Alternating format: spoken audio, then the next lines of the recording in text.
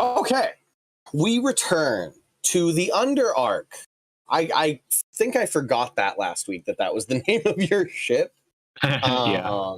That you guys named it the Underark, which is nice since you have 2 drow and your captain's a drow. You guys, after dealing with Clarny's curse and having a nice interaction and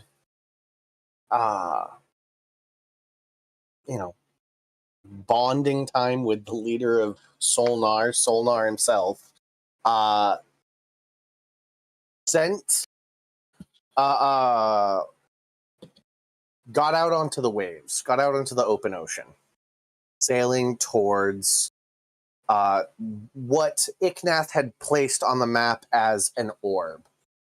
Craig kind of had the idea that this would be a good power boost in your efforts to fight William, who just recently won. He won a battle, kind of rubbed it in your faces a little bit. It stung. You guys set sail, had some good days at sea, came across a cliffside with some weird egg things on the side of the ship. Some creatures seemed to walk in the shadows and invade your ship and attempted to pull you, pull some of you, starting with Eddie. There was attempts on Narvos to pull you into some weird shadow plane. And then kill you and eat you in some way, shape, or form. Eddie threw one off the top of the mast, and it fell dead onto the deck in the shadow plane, though. So most of you, I think it was Narvos couldn't see it, Clarny couldn't see it, and Craig had a blink spell on him, and so it was like, oof, oh, that's gross. Back in the real world. Oh, it's not there anymore. And one of them got away with a 27 stealth check and just disappeared into the shadows. Just heavily wounded and was like, I gotta hide. So that creature could be somewhere, could have jumped off the ship, but disappeared from all of your sight. And just... Craig, your passive is 28, right?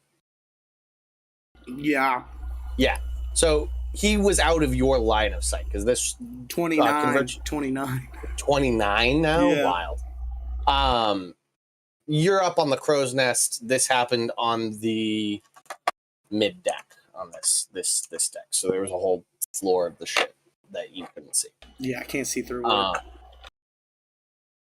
Right, and that's kind of where we ended. You guys sailing towards a volcanic island in the northern side of the continent that you haven't gotten a name of. I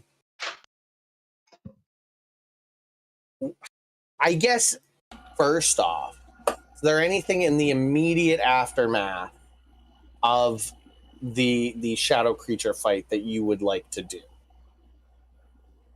Yep. While I still have True Seeing up, I am going to search the ship. Okay. I'll join him on that search with a detect magic going. Okay. Detect magic, I believe we tried this once already, and does not. You can't see. It doesn't detect things on another plane. Right. Yeah. So by detect magic, you're like, Conversion's got, what's True Sight, a enchantment spell? I think so. I think yeah. True Sight seems enchantment. I'll say that divination. For now. Divination. So you see a strong divination magic on Conversion and all of the magical gear you guys are rocking. That's what your detect magic is. Okay. Conversion while True Sight's going, give me another perception check. And I told you his stealth. It's a 27. Nope. So he... Unclear. You do a thorough sweep, especially of the bunk area, which is where you last saw him. and you, as true sight fades, your two options are either these creatures have some ability to literally melt into the shadows, or while you were, because you came back up to the main deck after he got away to help in whatever way you could, but the fight ended as you made it to the top deck. While you did that, it managed to leap overboard through one of the mid decks, like ballista ports. I would say those are probably the two options after a thorough search of the ship. Okay. And at that, I think True Sight lasts an hour. Yeah. I would say a thorough look of your ship would take probably an hour. Okay. Right. Anything else from anybody?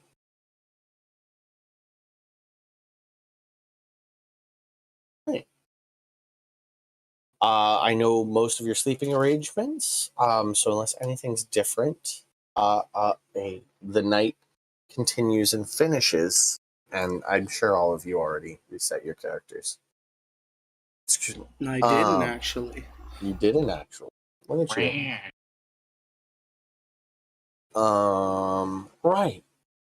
You guys come to a choice the next day before any rolls are made.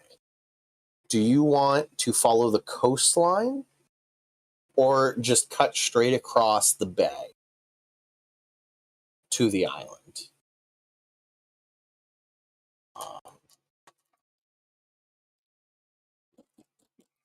From the looks of it, we'd be getting down into the storm if we stick to the coast. Yeah, if you stick too close to the coastline. If you stick too close to the coastline, you end up like in the storm.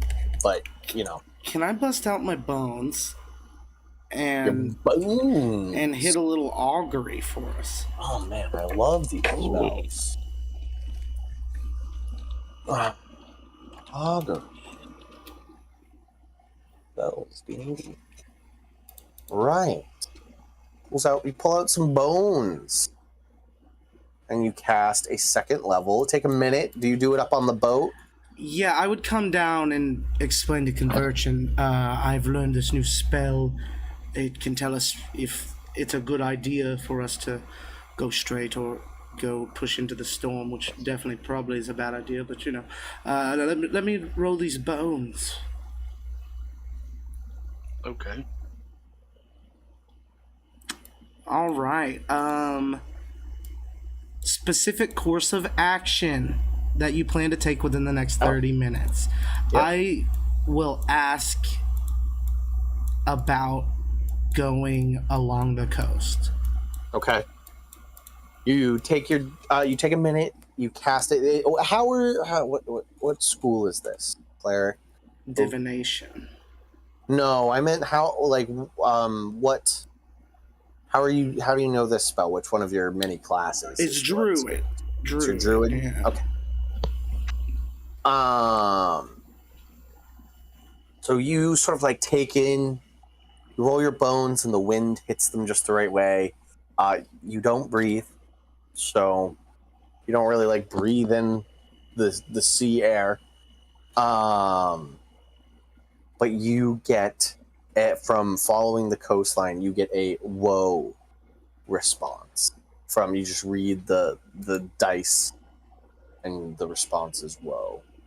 Yep, bad bones. Bad bones. We were right. Whoa. Alright. That's my wisdom for you, Captain. Bad bones along the shore.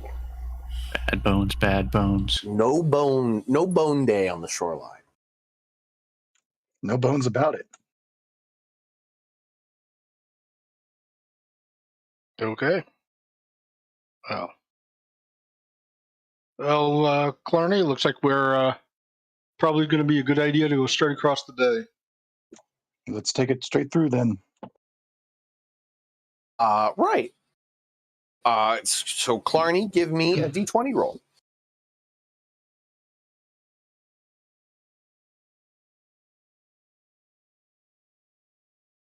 We're looking at a 19. 19. Okay. Boy. Can I get a D10 roll from you, please? That is a 1. A 1. Okay. So you begin sailing across the harbor. The storm, the edges of the storm are on the right side of your ship. The coastline sort of recedes away from all of you. The seas are kind of calm. There's a gentle wind pushing the boat in the right direction. Eventually, around your ship, as the coastline fades and just the smallest line and then vanishes on the horizon, a weird fog starts to rise off of the edge of the ship. Thick, obscuring fog. Some of you rush to the front of the ship and look ahead, and it is the same fog that your ship seems to just sort of the front of the ship just pushes through, and the fog separates around the ship. And there's probably a 5 to 10 foot stretch of water that you can see at the base of your ship as you look over the side, but otherwise heavily obscuring mist fog all around you.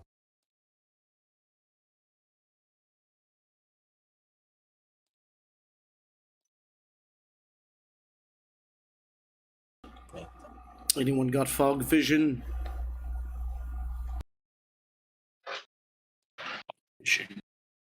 Not quite.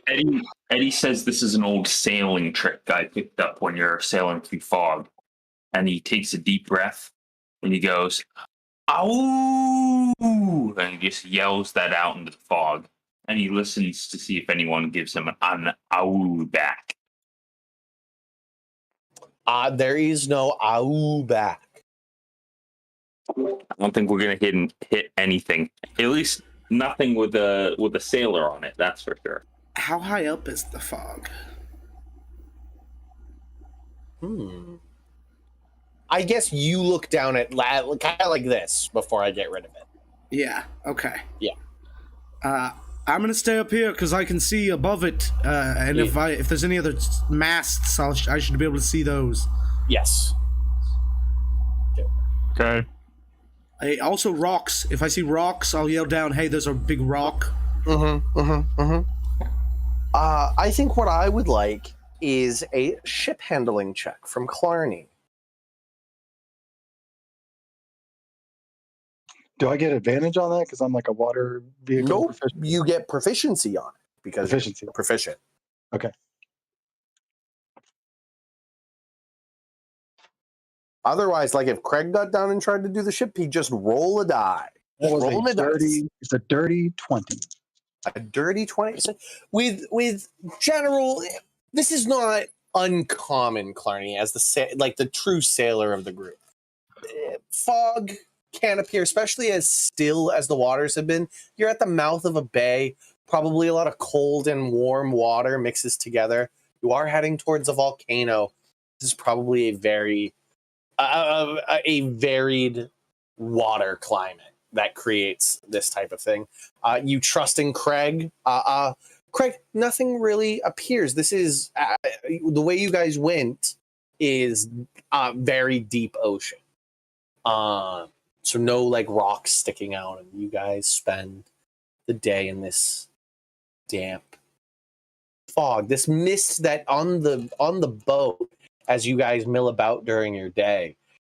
You essentially a person standing on this stair can't see somebody coming down this stair. That's how obscuring this fog is. Is there anything you guys would like to do on this day of travel? I mean, I figure I'm focused on Your day, maneuvering the ship. Yep. Yeah, your day sadly is sort of condensed on making sure that this ship doesn't go anywhere, and I think Craig as well. Yeah, I was planning on just looking out. Cool. Right. As the day comes to a Eddie wants to try and make a connection with his bird, with his bird spirit. Trying to meditate on that. That's what he's doing. looking for a conversation. Where Isn't that are you what brought doing the that? Demogorgons? That is what he was doing when the Demogorgons appeared. Correct. I'm going back to the same room. Back to the same room. I'm I doing know. the exact same thing. Narvos, where are you? Because I had you in that spot. So this is like during the day with the fog. Where would you like to be, Narvos? I'll just be up on the deck helping out however I possibly can. Okay. So Eddie, do you hang out with a echo at all times, or do you hang out by You know what? I do. After the first time, I have an echo out while I'm doing it. So you have an echo just chilling on a like on the bunk below you or something? No, you're on. You said you're on the bottom bunk. So there's an echo on the top bunk. Yeah, you can be like kicking his legs or whatever. Yeah. Just having a good time. Being an echo. It's easy being an echo because you don't have to worry about the future. Because you're already dead. You're already dead. You're already. Honestly, this echo's quite glad to be here. The longer he's here, the longer he exists. Eddie's closing his eyes. He's thinking into himself. He's saying, "All right, spirit I only know is Big Bird. Okay. We've been working together for a while now. Sometimes you appear to me telling me things. We need to have more communication. Give me a wisdom check. A wisdom check A check. to see if I'm wise enough."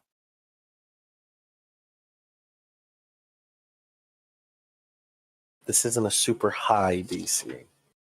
This is just to see how well you establish a connection. It's around 15.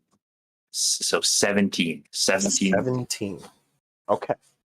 You close your eyes. You hear the kicking of the echo's feet from the bunk above you. And then suddenly you don't hear the kicking anymore. And you open your eyes and you are in this vast like scroll room. Sitting in a nice chair, you can hear the sound of insects buzzing around. A heat that is not currently present on your ship suddenly overtakes you. You look around, and sitting opposite you at a nice like table made of tree wood, covered in scrolls, sits a very young, based on what you've seen, version of your bird spirit, Big Bird. Nice yellow feathers, just staring at you piercingly. The body is not as tall. Like, you're used to seeing what would be like a 9 to 10 foot tall creature. This is a medium-sized creature sitting in front of you, roughly like 6-ish feet tall. Just sort of piercing eyes staring at you. The eyes much older than the body. And he just kind of stares at you over like a scroll, and it slowly closes the scroll. Sit down. I give him a slow bit. You know me. I'm Eddie, of course. It's nice to meet you. I've never learned your name. I've always just been referred to as the Big Bird. You have a name?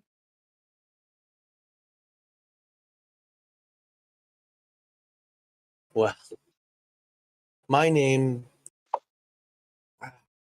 though you know my language, it would be difficult for you to pronounce my name. Most individuals, my friends, they call me Hoops. Oops. I would put in the effort to learning your real name. I would put in the effort, even if it's difficult. It is a string of the clicks and various sounds that the bird language entails. I'll remember that, and I will actively practice that name. Right. Wonderful. But I guess above table we'll call them hoops, but Yes. Eddie would prefer to use the real clicky name. You got it. That's what he'll actually use. But we'll say hoops. I am somewhat trapped within you as of right now. I'm in a weakened state after dealing with a recent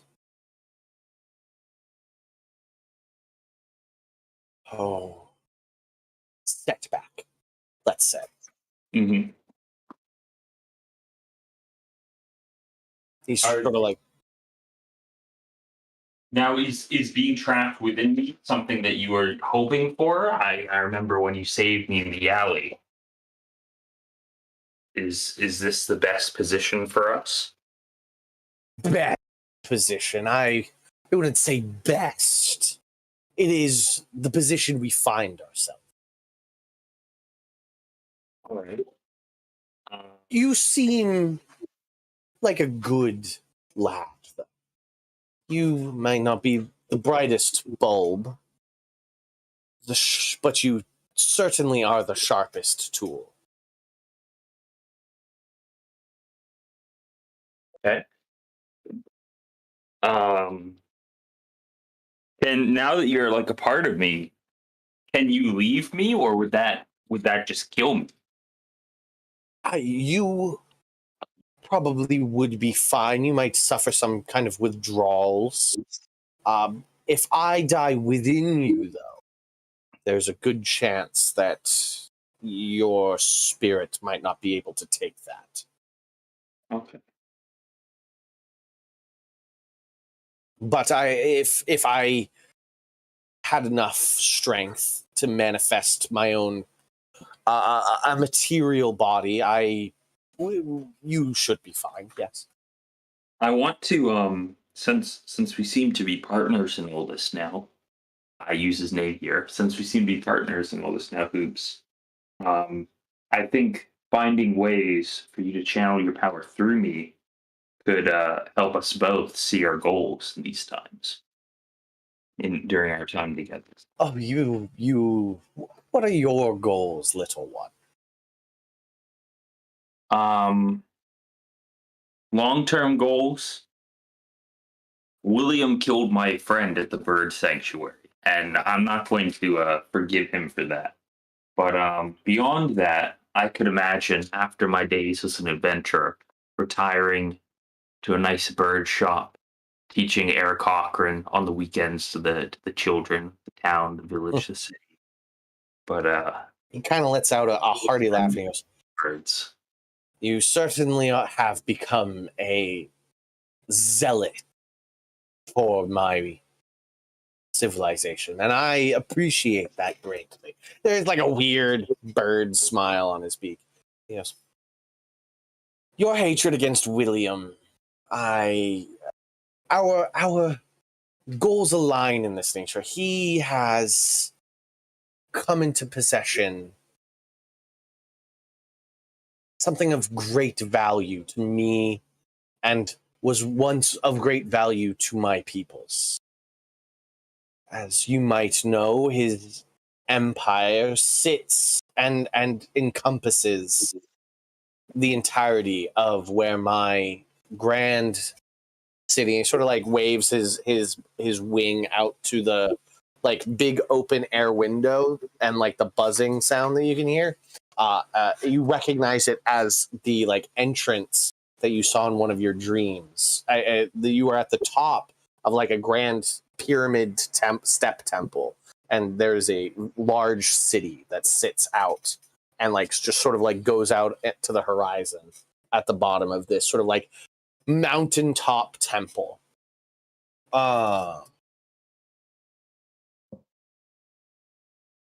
This thing, this.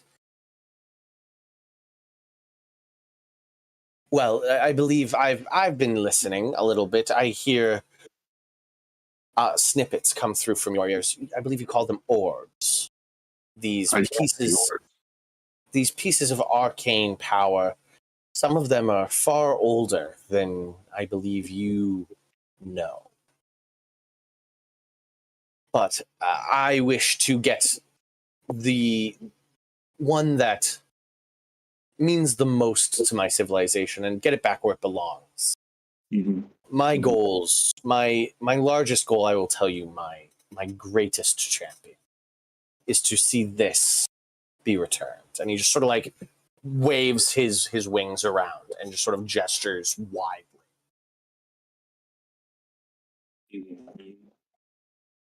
Maybe this is the city where I can take care of the birds. Our interests may be more aligned here than we previously thought. There's something to think about, young one. But I must return to my readings, recollecting my knowledge. It sits all here within you now. Of course. I have much to do. The last time before we break apart here, the last time we fought together, I guess through your power, we created these echoes that were you. They're echoes are usually me, but they were you. How do you do that? How did we do that? A greater gift than I am able to give to most disciples, to most believers. But with enough bond, with enough belief, you can use these powers that you had in you already, these innate powers, and you can do the exact same thing you do to yourself. We are so closely tied that you can pull aspects of me in the same way. I see it. If you try hard enough, spend some time practicing, may take a few tries, but it would like a weird, that same weird bird smile sort of creeps across the face, goes, you should be able to do it. Thank you for this wisdom and advice. I'll think about it, ponder, practice. Well, you know where I'll be if you need anything, and next time you're drinking, maybe pay a bit more attention to the voice in the back of your head. And with that, you just sort of are pushed away mentally. All right. Okay. Oosh. Nice to be back. Is Cody still above me? Okay. Yeah. You come back and the kicking returns. The heat of the jungle fades from your arms, and the cool like mist that's pouring through the portholes touches your skin again, and you get like the goosebumps. Hey, Sean. Yeah. Do I get one free cast of Blink a day, or do I know the Blink spell and can cast it free for once a day? No. Okay. That's what I was wondering. Thank you. Yes. No. No, the item casts. You cast the spell through the item. Right. The item knows the spell, you don't. So I can't expend third level spell slots to do You it. cannot expend third level spell slot to cast Blink. Okay. You get one blink a day. Use it wisely. All I can think about is Craig just like has flies holding his eyelids open. I only get one. I only get one. I only get one. Oh my god. Can you imagine how dry his eyes are? The thing says I only get one, and what if I try it? What if I do it twice? Will it break? Will it crumble? I don't need to blink. Yeah, I'm probably missing like half of one of my eyelids anyway. Right. Okay. That was a fun little side bit. Anything else on this day of mist and fog? Anybody else? Okay. Yeah. Wait, I want to. Okay, Craig. I want to call Narvos up to the thing from down in the fog. Hey, Starboy. Yeah. Come here. There's something crazy going on. And I've used Skywrite to write "bastard" in clouds. That's really cool. It's Mhm. like the sky's like talking to you. Do you want to pray to your god or something? Mhm. Oh yeah, definitely. It's a little prank. I'm trying to lighten the mood. You're funny. Do you feel better? I mean, I never said I didn't feel not good, but no, that gives That's me a fair. chuckle. You know, you didn't never say you didn't feel not good. Indeed. Now you're getting it. All right, Thank you, though. no problem.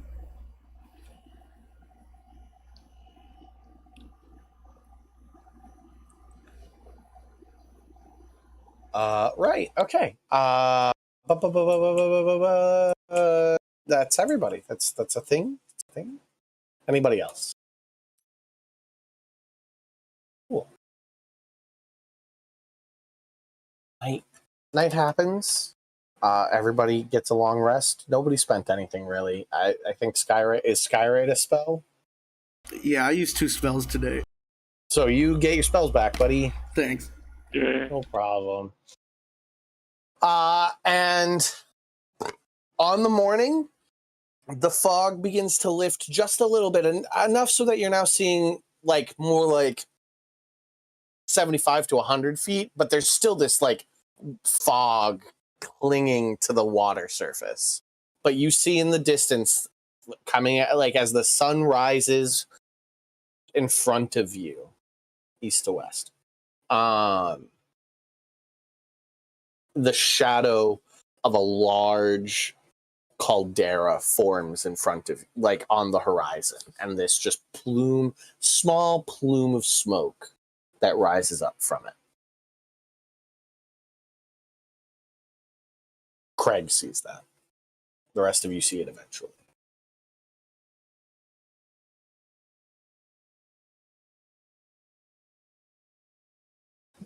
Pretty cool. As the ship sails closer and the volcano gets larger and larger, and the island just sort of takes up a good portion of the horizon, Craig, you begin to see smaller smoke stacks coming up closer on the what you would guess is a couple miles from the base of the volcano. Like 2 to 3 miles from the base of the volcano. What you would assume to be some sort of some human fires, some cooking fires.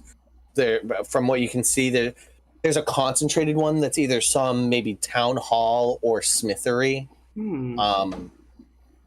But there seems to be some sort of civilization a couple miles from the base of the volcano on this island. Hey, Convergent. I'm gonna hop down. What's that? There's people. There's like a whole town here. Oh, really? Yeah, I didn't expect that. Neither did I. Interesting. Should we see if they have a dock? Are we seeing anything in the fog yet? Yeah. At this point, there's some like rocks jutting out with steam pouring out from little openings on the top of them. And in the distance, you begin to see some like huts and a long dock. You guys are about 150 feet from, like, as the fog sort of fades and the shoreline quickly approaches. You guys are currently about like 150 feet from a shoreline, heading on just enough of an angle that if you dropped anchor right now, you wouldn't slam into the shore. Hey, we should probably drop the anchor. Should probably drop the anchor. Yeah, so everybody here sort of like starts scrambling to drop anchor.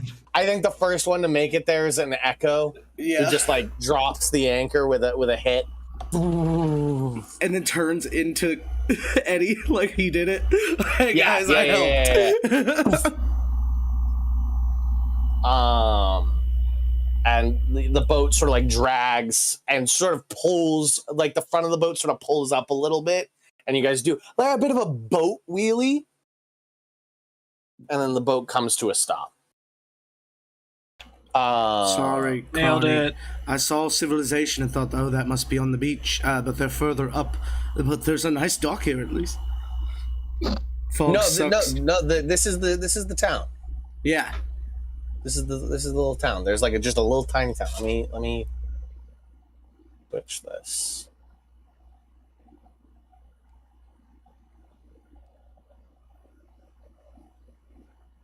Little tiny town. You guys are like out here. In space. Yeah, out here in space, but like in comparison to where the dock is. Right, yeah. You guys are like out here. So you'll need to take one of your lifeboats in. But there's this nice little village. This is kind of like what you see. See some like huts. With your boat just sort of like out in the harbor, there are some people, some humanoid individuals, difficult to tell like races from this distance. Some of them are definitely very brightly colored. You can tell that from the distance. Several brightly colored individuals. Can I use your telescope, Clarny? Yes, I toss it down. What do I see? A just very quaint village. A lot of give me a nature check, Right. Mr. I don't do those Wildfire. often. Mr. Wildfire Druid. Imagine, by the way, so you see this, and then behind it, like behind the village, in the distance is the rising of the volcano that is constantly just slightly spouting a black smoke. That's the image of this island. But it's also snowing, right? It is snowing where you are. It is green here, and as it goes past this village, it becomes white with snow leading up, and it is like a snowy base of the volcano up into like the top 40% of the volcano, which becomes this like gray volcanic rock and mountainside. So we're in Iceland, basically. Well, I see all that, but I don't know if I understand it because I got an 8. An 8. Okay, but like, so what I'll give you with the 8 nature check is you surmise that a volcano has a lot of effects on the region with underground tubes with the lava. So that's what you assume is happening with all of the geothermic activity. Oh, okay. That you assume that the volcano is naturally heating up a lot of water in the area around it.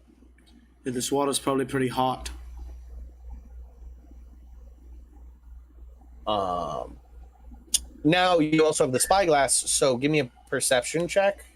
I don't know. It's so weird asking you for perception. Yeah, roll some rocks.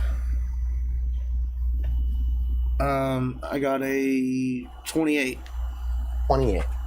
On the docks, most individuals don't seem to care. There are a few kids that are like pointing it out at you. You see, excuse me. With a 28, your first, I think the first thing you notice is a lot of cat folk. More cat people than you've seen in one place in a while. Probably ever. Probably ever, yeah. With you come from the Elysian Empire. Yeah, your only interaction with cat people would have been northerners from the desert, northern nomad merchants from the desert. So you'd see them in tight knit, cat people only. Tabaxi is a good word. There's also Leonin, and there's another term, but I use just sort of an umbrella. They can all be different ones. These are like more like 4 foot tall, like dwarf, like Clarny sized or goblin sized, and they look very small and dexterous. Probably about 40% of the individuals you see, like, looking out at you and milling about the town, and it's like, the village is sort of waking up. About 40% of them are cat people. Most of them this smaller type. It's a bunch there of little are- merchants. That's what I shout out. There are a lot of elves or half elves, a lot of pointy ears, tall, pointy-eared individuals. And then that's probably the next 30%, and then the other 30% are humans, from what you can tell. Seems chill. Their gear is super eclectic. Ooh. There are individuals wearing brightly colored outfits. Weird dyes seem to be used in different spots. There seems to be a regiment. As you guys, I assume you guys have been standing here for a while. We're heading in now. Yeah. Getting the boat, getting the boat together, getting whatever supplies you want to bring to the shore. Craig, as the dedicated lookout, spot a regiment, a small, about like 4 to 5 group individual with these massive weapons. One of them has a hammer the size of his body strapped to his back. Another has a massive buster sword on his back. Another has a great bow the size of his body on his back. One has this massive staff that bends on one end, and you can just barely see from his back. It bends the opposite direction. Seems to be some sort of like martial staff. And then the fifth one seems to be all of those individuals seem to be like medium to heavy gear. The hammer and buster sword one have more like metal placements on it. The bow and martial staff have like leathers and hides. There's one individual that looks like he's wearing like a leather. This dude looks, my only explanation, he looks like a rock star. He's got like a leather jacket and bracelets and choker that have bone spikes on them. Oh my god. Long, curly, wavy hair, brown hair, and he's got this massive lute on his back. And there's just this group of warriors are marching up the docks towards you. Captain, we got a Billy Badass Bard incoming. It's a group of adventurers. We got to be careful not to make them our rivals. Okay.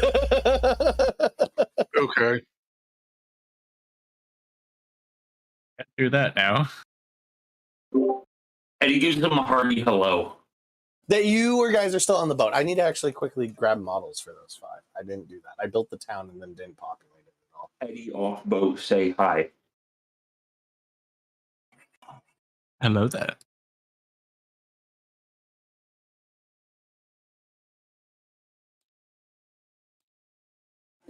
I just need some people. Some people, please. Peoples.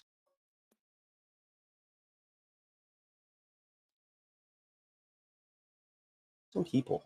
Just some peeps. You guys get on the boat. Do you guys bring anything with you? Or is it just you? Just put anything on your boat? Or do you guys just rock it, just you guys? I think we bring Velran. Yeah, Velran's included in you guys. Yep. What do we have for food stores? I don't know. What'd you buy? That was part of the sort of like hand wavy. Yeah, we spent a good amount. Like, we got good food. We didn't ever say what it was. We just said we got the good food. Sure. Got the good. Yeah. Some I mean, good food is I'm like guessing. fruits and well salted and cured meats and fish and good water supplies and good containers that won't get contaminated with salt water. You know, hardtack with chocolate. Bird tack with chocolate in it. Hardtack. Hardtack with chocolate. Hardtack with chocolate in it. A special special hard. We also have a half full barrel of pickles, but I think they've gone rotten. They're 100% being used. What does that mean? But that's where Casey. Yeah, that's I where know, but Malatar being lives. used. I reference to the barrel, not the Oh, pickles. okay. But okay, same difference. Are these the crunchy pickles or the soft pickles? It don't matter. They used to be crunchy. They're soft now. This is gonna be the bard. Doo-doo. You ever see how I hard boil a pickle? No.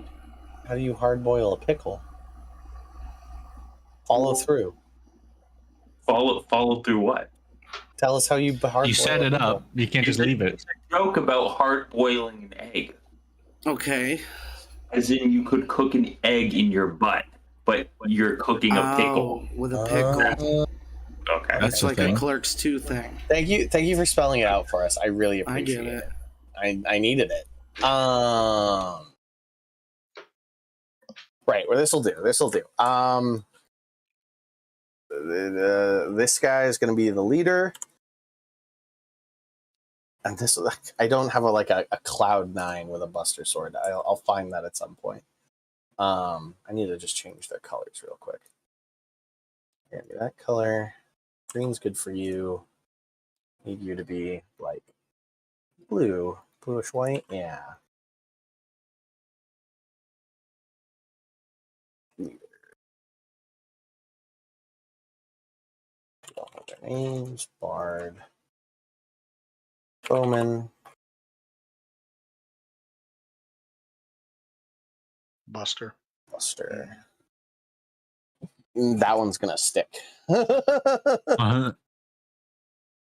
Right. So this group of goofy goobers are like waiting for you guys at the end of the docks, and just sort of like their weapons aren't drawn. Some of them are like very relaxed, like kickback positions, and they just watch as you guys pull the rowboat up to the dock. Just keep saying hi until they answer, Eddie. Okay, so Eddie, at some point, do you just start yelling hi at them? I give him a ho there. Oh, there. The one in the front. The one in the front that that's Buster. This one's in the front then. We just sort of hang out this way.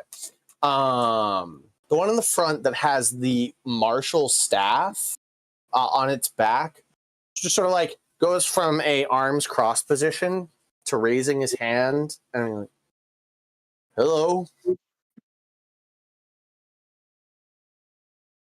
Puts his hand back down and crosses his arms again. Very stern look on his face. Human individual. As you get closer, you can see a salt and pepper beard, lots of scars on his face. And as you get closer, Craig notices it first. There is a large insect that's like beetle-like creature that's like attached to it and crawling around his leathers. Dope. So do you have an inn in this town, a gathering hall, something like that? Okay, so at this point, you guys are gonna offload, or you guys pull up. You guys pull up in your rowboat. Rowboat pulls to the side. These individuals sort of like throw a rope out at your boat and have you get pulled in so you can tie it off. They're all just sort of like standing there, curiously, just sort of like one by one looking at each of you. So you tie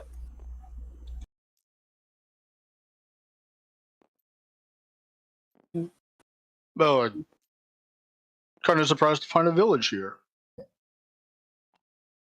Oh, our village has lasted here for many generations. It is wonderful to meet you. What is your ship? Who are you? What brings you to our wonderful village of Vir Cool? We are Curiosity, and our ship is the Underark. The Underark is. If you wouldn't mind, what does that allude to?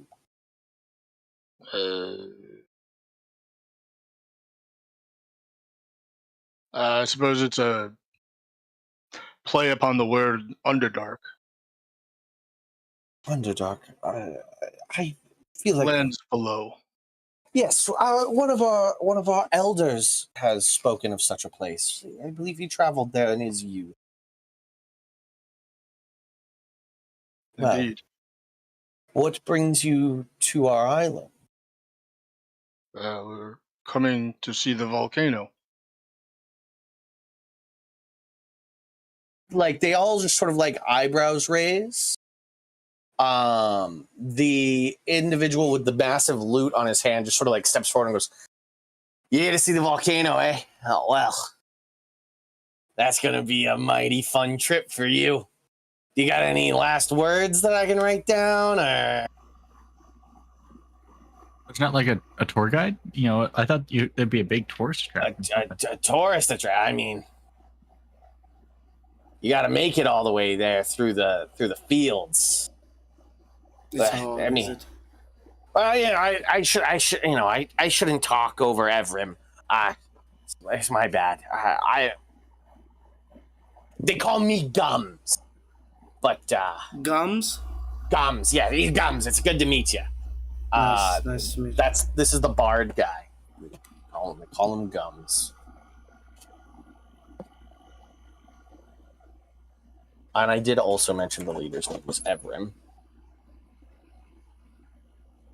It's nice to meet you, Gum. Yeah, I mean, we don't get many new. Last trading ship that came through was several months ago. Not many people make it out this far from the mainland.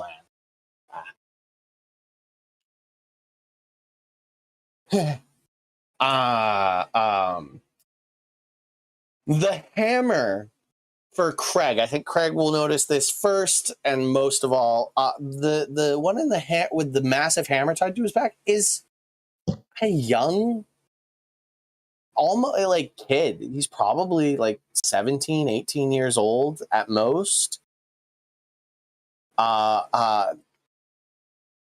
Either elf or half elf. It's hard to tell when they're that young. Has pointy ears, but has still like the roundness of a human face. Something of note: none of these are the cat people. There's not a cat, like warrior in front of you. They're all either human, half elf, or elf. I'm gonna address Everett. Point to the kid. Evrim. Evrim. Point to the kid and Yes. say, "This your son?" Oh, that's not my son. That's Jack. Jack Vaneweather, ward of the village, as most of the children here are. What? He just sort of like furrows his eyebrows and goes, "It's rude of us to continue this. You seem like good intentioned individuals, though your sights go to the resting place of Veer himself. I believe that you don't intend to raid our village. No. Please, come with us. Let us bring this conversation somewhere more comfortable and not in the mist and the snow. As you guys have had this conversation and rode in, by the way, a nice dusting of snow has accrued on your shoulders and like just on the stuff all around you. This is a cold, snowy place.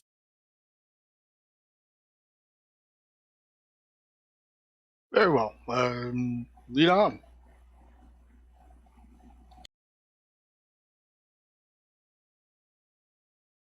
So I'm just gonna instead of like dragging you all, I'm gonna just have Conversion and Evrim mark the two parties. I'm just gonna walk through the town. So you guys walk and you enter a nice little bustling little Village, wooden structures, some stone. There is this massive holding area that you see. Craig, it is plain for you to see that there is blood-stained wooden boards. It is a massive butchering area. For animals? You see massive hooks and chain, like huge metal Shrug. chains to tie something down. Hmm. What, Clarny? I said shrug. On the animals thing, yeah. Oh, yeah. But just like huge to gargantuan sized creatures could be held down in this area. You having troubles? I point to it. Troubles? Oh no, that's the holding pen. For what? Oh, the creatures of the island, of course. Oh. Come, this is your first time to Virkul, and you know not of the island. You have much to learn, much to prepare for if you mean to make your way to the caldera. And I warn you, going to the caldera is a death sentence. Like Evram turns and with a very serious look at you guys says that to you, like, and not a like ominous. I guess it is a bit ominous, but he's not trying to like scare you. He's trying to be honest. I will not stop you. None here in the village would dare trek into the caldera.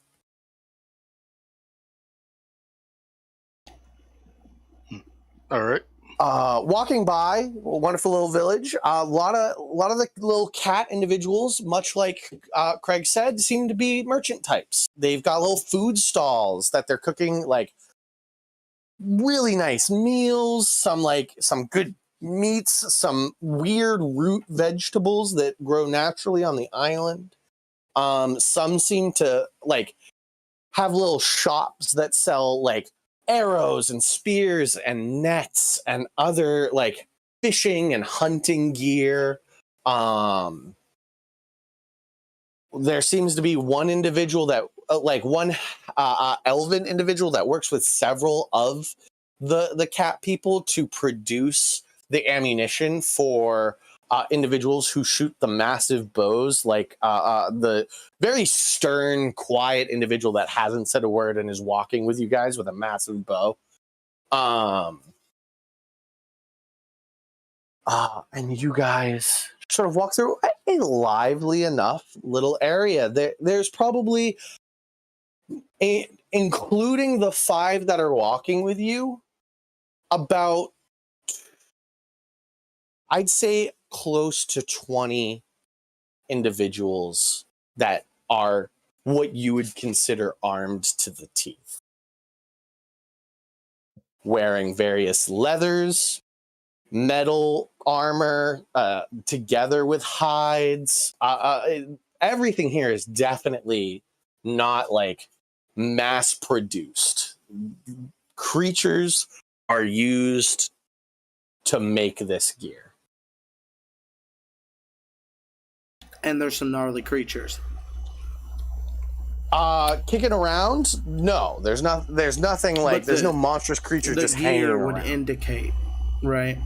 The gear would indicate, yeah. You sense like some things with big teeth and big bones and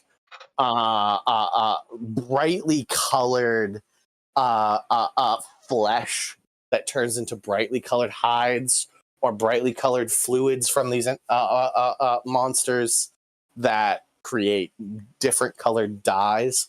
This is a very colorful community. You guys make it to this like lodge, this big sort of like eating lodge. A lot of the community seems to be eating their breakfast in here. There's a bit of a hush as you guys come in. It's going to be this building. I'm just going to place you guys right there.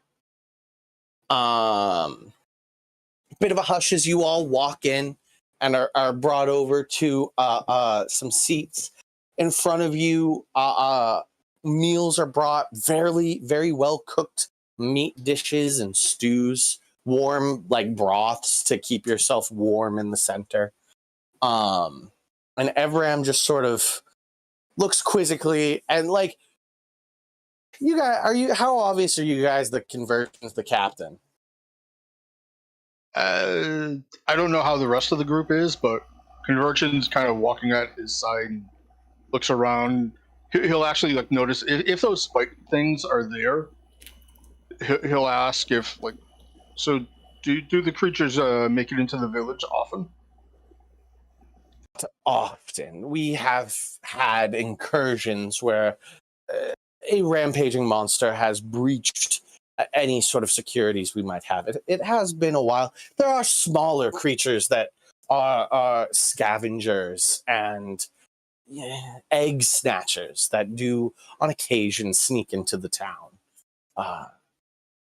Nothing to worry about. We have no other adversarial village on this island, as some islands I know have. We are relatively a peaceful village that works on a cyclical schedule. Every month, the beasts get angrier and angrier as the full moon approaches, and we go out and strike down any that have become powerful enough to cause mayhem. And in doing so, we tithe the great Veer on the volcano. We give him his rightful due, and the rest we keep to flourish ever greater, as we have for cycle after cycle. Veer? Yes, the great Veer. An elder being that has watched over this island for countless generations, millennia even. You got dragon? Dragon. I'm sorry, I don't know that term. Is it a winged beast? No living being has ever seen Veer. Oh, okay, sorry. No, he is. Don't be sorry. He is the protector of this island. He is known to be territorial of this island, but nothing and no one has attempted to take control of this island since the great storm to the south appeared.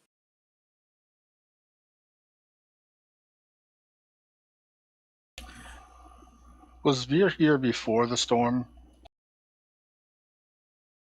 Based on our histories, I would say that Veer was on this island and protecting our ancestors before when the storm appeared, when the event occurred. I will tell you that if you wish to stay on the island, you will have to learn and contribute to the tithing. If you wish to live here permanently, that is, we have over the years had several castaways, the storm or other monstrous aquatic monstrosities destroyed ships and individuals washed ashore, and they are, from our experience, slow to accept Veer's protection. And you seem strong-willed individuals, and I would hate for anything to happen.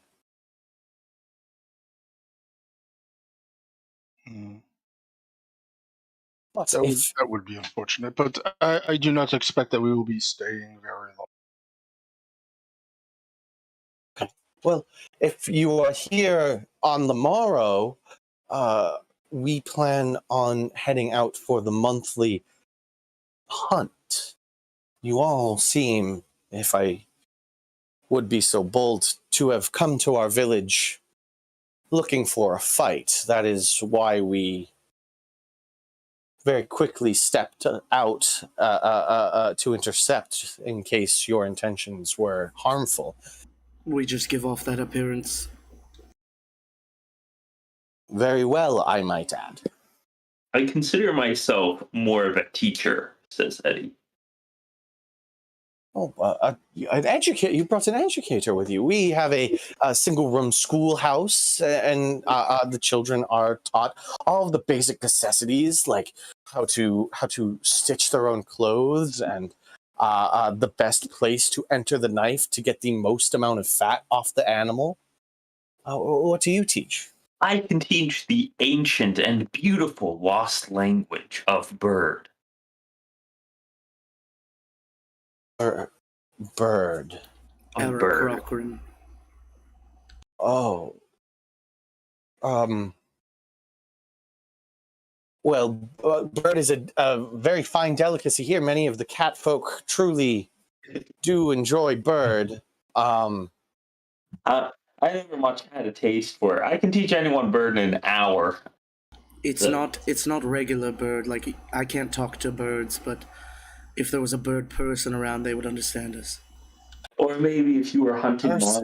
monsters, instead of yelling out in a comment what you want your teammates to do, giving them a whistle in bird language. Might be I will say that we once had an ancient scholar attempt to form a point of communication with the monsters of our island, and based on that, well, it is the belief of our village that they cannot learn language.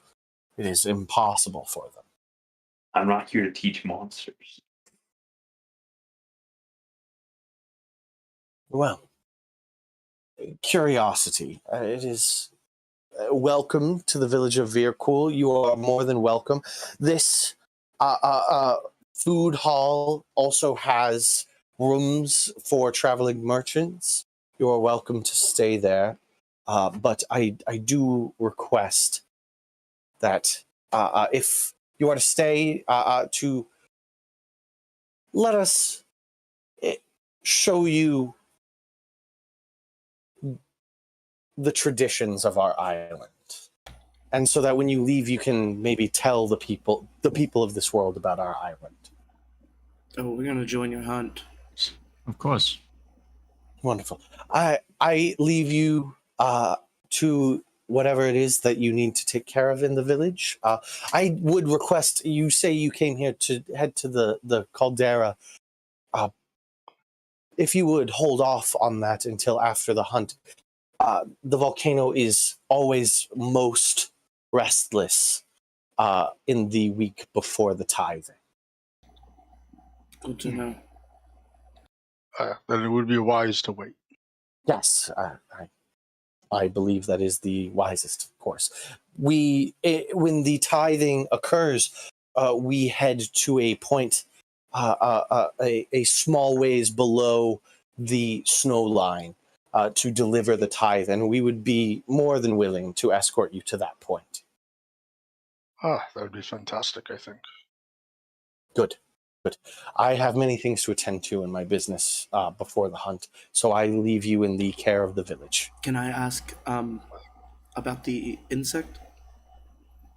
Oh, this is my kinsect. The kinsect, as we have a kinship to one another. We are bound, our essences are bound together, and during the hunt, he knows how to rip the essence from the monsters and give me the benefits. That's amazing. I have a similar vibe. I just let some flies out. The kinsect eats a bunch of them. Just it's fine. They're aggressively eats them. My apologies. There's my always apologies. more. There's always more. It's okay. Oh, good. Please do not make me regret this hospitality. Have a good day. And Evrim gets up and leaves. The bow guy just sort of grimaces at you and turns. He never sat down and turns and follows Evrim out. Buster Sword guy kind of like has this big turkey leg in his mouth and like bites and goes, "Oh well, I'll see you guys at the hunt, I guess. Bye." And he like runs out, following them with the turkey leg. Gums is sort of like just pulling on. He's got that massive loot resting on the ground and is just plucking several things, watching you guys. And this Jack, the one with the hammer, is still sitting with you guys and just sort of like looks, eyes kind of wide as Evrim leaves, and looks at Gums. And you all hear it. He goes, "Gums, are we supposed to stay? Or are we supposed to follow?" And Gums goes, "You do what you want, boy. We're part of his squad for the hunt, but until the hunt, he can't tell us what to do." Blink, blink, blink, blink, blink, blink.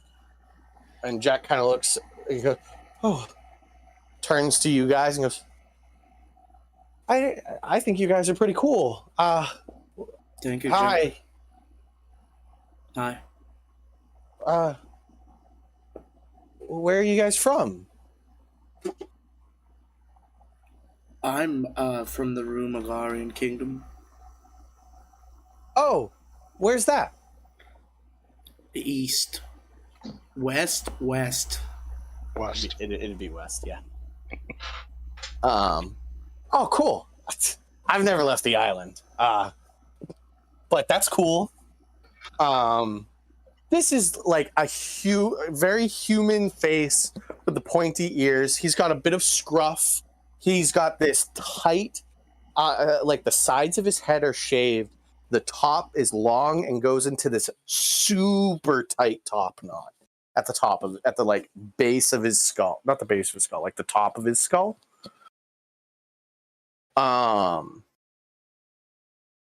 Very youthful face, not a scar on it.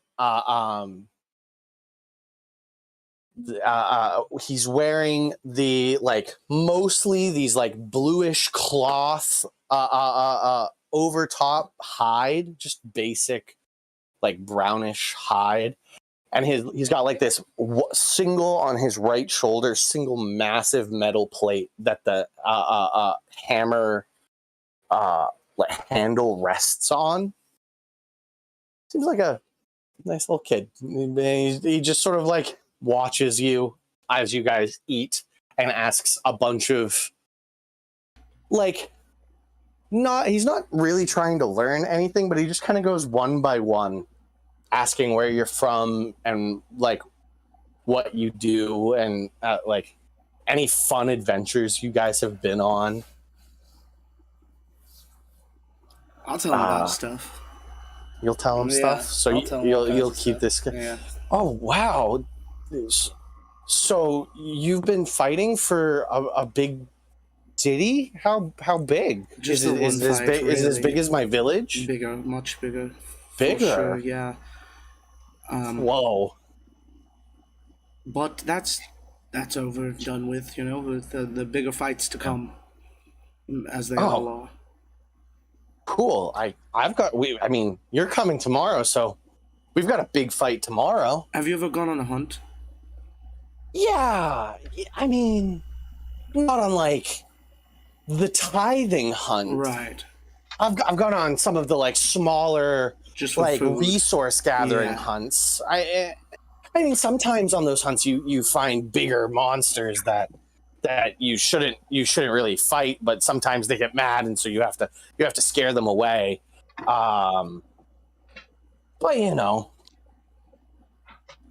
I mean, it's a really big honor to go on the tithing hunt.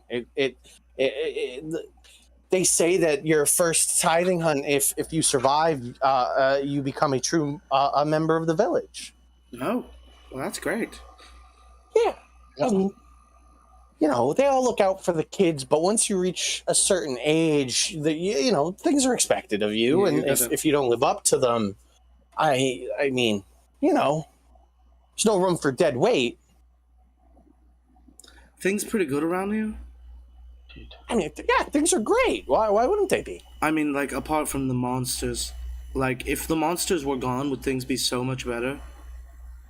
Or, if the, or if do the you think they monsters, protect your village from other things? if the monsters were gone, what would we do? Right. Right. I mean, we get everything from hunting monsters. We get our food and we get our gear and we get the tithe. We have to get the tithe. Right.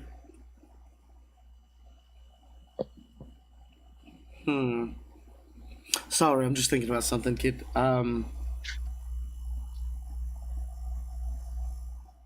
Here, take a vial of green and purple poison. Poison? Yeah, rub this on something sharp and jam it into a monster, and that monster will be hurt. Oh, okay. Cool. Gets it. What poison is that? DC 13, 3d6 poison damage, half on a save, poisoned on a fail.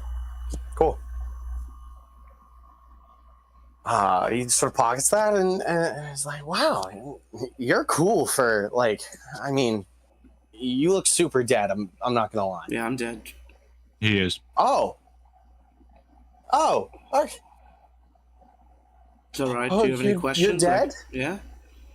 Oh, Gums, have you ever met a dead person? And at that, Gums just sort of like stopped plucking his giant loot and leans forward. Is like, a walking dead guy. Yes. They're not rare, actually, but I am, for I have my soul. Walking dead people ain't rare.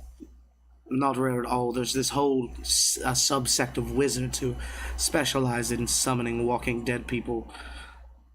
What are wizards? Book magic people? That we. You know how you probably have people. Who's got the time for that? Right, you probably Who's have people got time for who that? get magic from nature or like stuff like that, right? Imagine. Yeah, we have our elders. They pull from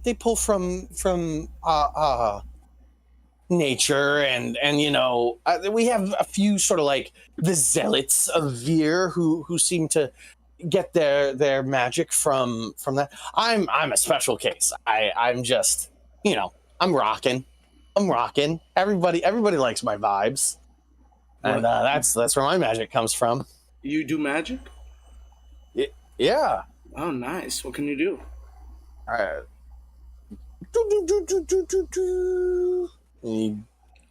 don't know. Does a little healing word Okay. that doesn't heal. Oh, so you're like a bard. Okay. Bard. Yeah, that's what. You know, I was musical going to magic call is. them gummies because I don't know anybody else that does it but me. I But literally like gummies so much better, and will never call a bard anything but a gummy from now on. cool. So yeah, I'm a gummy. I'm Gums the gummy. Yeah. Yeah, here's a vial of poison. Oh. Awesome. Awesome. He just pours it into the loot. No. All right. That'll work. Well, that'll stay potent. You just gotta dip Nice. something in it later. He just finishes a guitar solo and then smashes a monster over the head with it until it gets poisoned.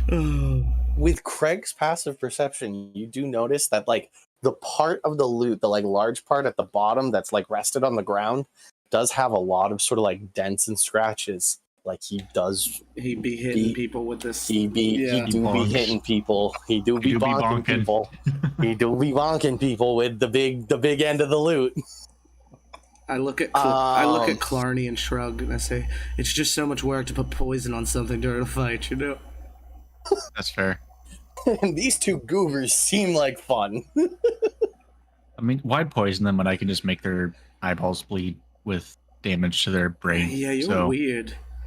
Then, kid, sometimes you're just like your bones are born with the power to do magic that's like war crimes. We that happens sometimes. Usually, those who the elders deem truly worthy are sent with the tithe to learn from Veer, and Oh, so he if doesn't. He they, doesn't stutter. He if- doesn't stutter. He says it. I just need to think of how I want to word it. The belief is that if you are born with power, if you are essentially above the table, if you are a sorcerer born with magic, and the elders find out about it, you get sent with the tithe, and you are. sacrifice to the volcano. That is probably what you all instantly think, but the kid with his full chest says that Veer sends you out into the world to spread his to spread his influence. Christ almighty. Dear God. Okay. Like, with his full chest, an insight check tells you that this kid Yeah, I fully got a believes what he just said. passive 24 insight anyway, Yeah. so... Kid says it with his full chest, and like the idea, the knee jerk you all have of all those kids are dead is not even in this kid's head. Sounds like an honor. It truly is. A family, a big banquet is had in honor of the family, and gifts are showered upon them by the community. It is truly an honor of a clan. And so the elders determine everything around here, huh?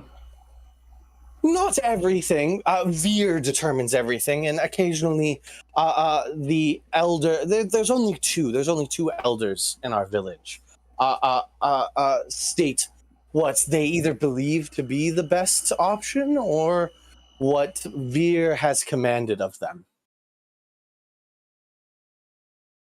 When a decision is presented, it's presented to the two people and they decide, yeah? Usually, they get yeah. insight from Veer, though. Veer's decisions are heard throughout the village. That is certain. Oh, okay. And now that statement is said with a bit more like fear and like Gums kind of steps like there's this moment of memory and recollection for them both that you all pick up. Hey, could you guys give us a minute? Oh, yeah. I gotta go practice for the day anyway, so I'll catch you guys later. Yeah. Oh yeah. For sure. Cool. Let's go, Gums. And Gums kind of like squints at you guys and kind of stands up and grabs the turkey leg and goes, "Yeah, I'll see you guys later then." They both walk out.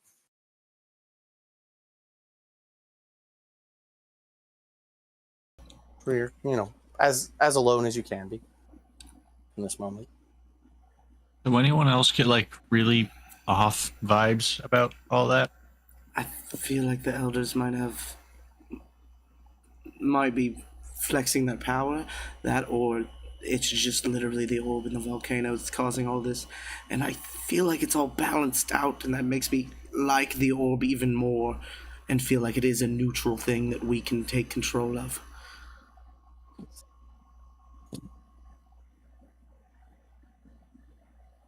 Yeah, I mean, maybe. Guess we'll find out. What do you clerics and bird knights think?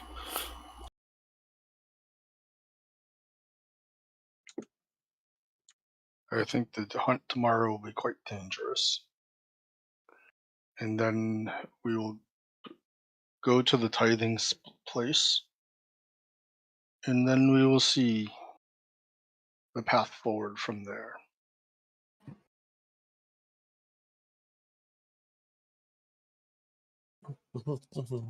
Should we try to visit these elders?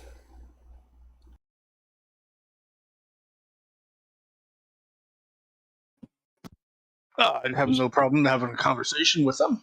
Yeah.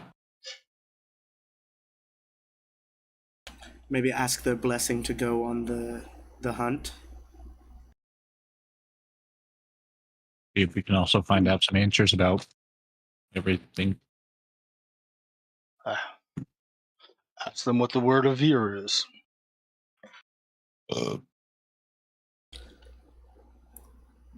Can I roll my bones about going to talk to the elders? Yeah, because this is on the same day. Yep. I'd do that. I mean, not that you can't roll augury more than once a day, but it gets worse every time you do it. Yeah.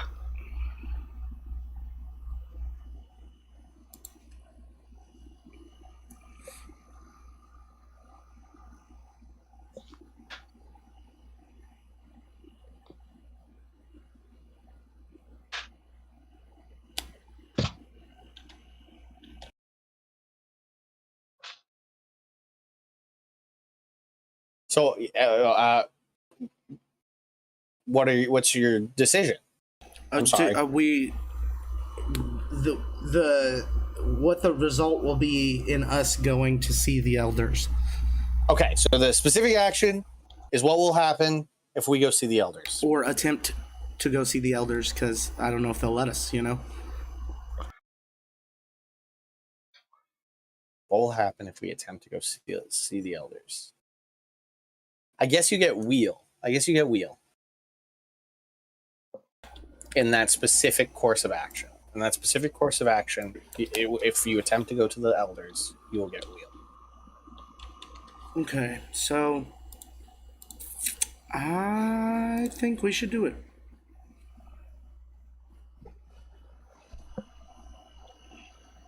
All right then. Just go visit the elders and see if they might be able to share words of wisdom. Right. That's a good break spot, yeah? No. Oh. No. You guys go meet Elder Zytal. There it is. Elder Zytal. This is a very old elven dude with like kind of like Wolverine hair, the like 2 points and like the V. You know what I'm talking about? Mm-hmm. But it's like this stark white silver hair, big bushy mutton chops, and then a break in the facial hair, and then a goatee that goes down and sort of like hangs. Wearing just nice, very druidic robes. He is hanging out at. You ask around. Nobody's hiding everything. Essentially, you guys got the pass from Evram, the respected hunter of the village, and you're pointed to the local bathhouse. And just sort of resting, just getting out of the bathhouse, coming out in his druidic robes, you come across this individual. Oh, let's see how. The new village people, the new visitors to our fine village. What can I do for you? Well, people have been speaking of Veer, and we are not familiar with his teachings. We all here in the village of Veercool are disciples of the great Veer. The volcano, it delivers us these blessings of the hot springs and the geothermic activity, keeping us warm in this frigid climate. And in respect of his greatness, we tithe to him and heed his beck and call. He says this like with this big smile on his face, just kind old guy. Does he ask anything of you other than your tithe? He asks for our devotion, our commitment to him. He asks us to not hold back in the tithe, to make sure that we give what is owed. We have, in the past, had selfish individuals that have washed ashore, attempt to keep for themselves what is rightly Veer's. And Veer made the volcano rumble, and we were forced into action to right the wrong that was committed. We had the individual give back what he had stolen himself in the volcano, and we also had an extra hunt that month to tithe an entire beast to Veer. This has only happened once in my lifetime, though, and it was done by an outsider we let into our ranks, which is why we, if you had seen, we are a bit untrusting of individuals who come to our shores, but I've been told by our hunt captain that you seem to be well-mannered and well-intentioned group of adventurers. And I can see with my own eyes, extremely well-adventured. You guys have been nothing but hospitable. We have no reason not to be. No enemies other than the monsters live on this island. What few traders we get, we wish them to speak of our island in hopes of more traders making the perilous journey to our home.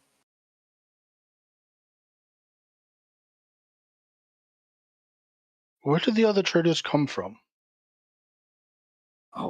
We have a few from the duchy make their way out here on their flesh boats. We don't really appreciate them coming to the shore, but we send trade longboats out to meet them on their ships, and they pay with good materials. There are a few other islands and island chains scattered to the north of us.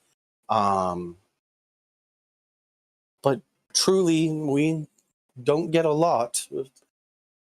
Maybe 3 at most a year. A cycle. Hmm. And usually the same individuals that routinely return. Yes, that would make sense, but we were far to the west. Yes. Beyond the sea, and we are unfamiliar with this area in general, and had not been told that there was a village here. So we were surprised to see one. Like a smile on his face, he leans forward and goes, "And I hope when you return from whence you came, you spread the word of our village." Indeed, we shall. I would think Solnar would want trade with you already. Yes. But you might be a bit close to Fleshberg for them to send out a patrol. I have heard of this Solnar through our trades with the duchy. We would be welcome to trade with them on the same basis we trade with the duchy. Yeah, I don't know if Solnar would be okay with that, though. No, trading goods for goods. Yes, goods are needed. Question, you've been around a while. Do you think Veer keeps it from being too hot here or too cold? Veer is the giver of life on this island. He makes it so that our village is not overtaken with the ice flows that stand just several hundred feet outside our village exterior. Right. So it'd get too cold for sure. Sounds like a good guy, Veer. He's a great guy.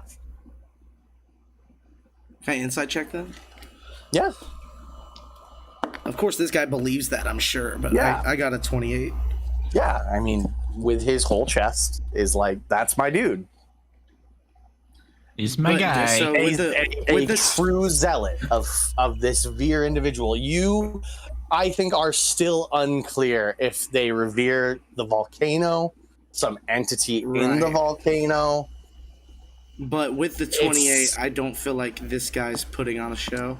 No, Great. no, you are getting a very genuine. This place has run the same way for a long time.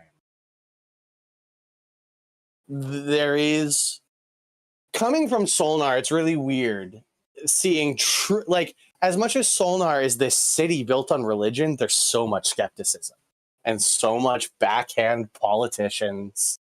I mean, it's built on 7 different religions. Yeah. Yeah. This is a place built solely off of respect and reverence to Veer.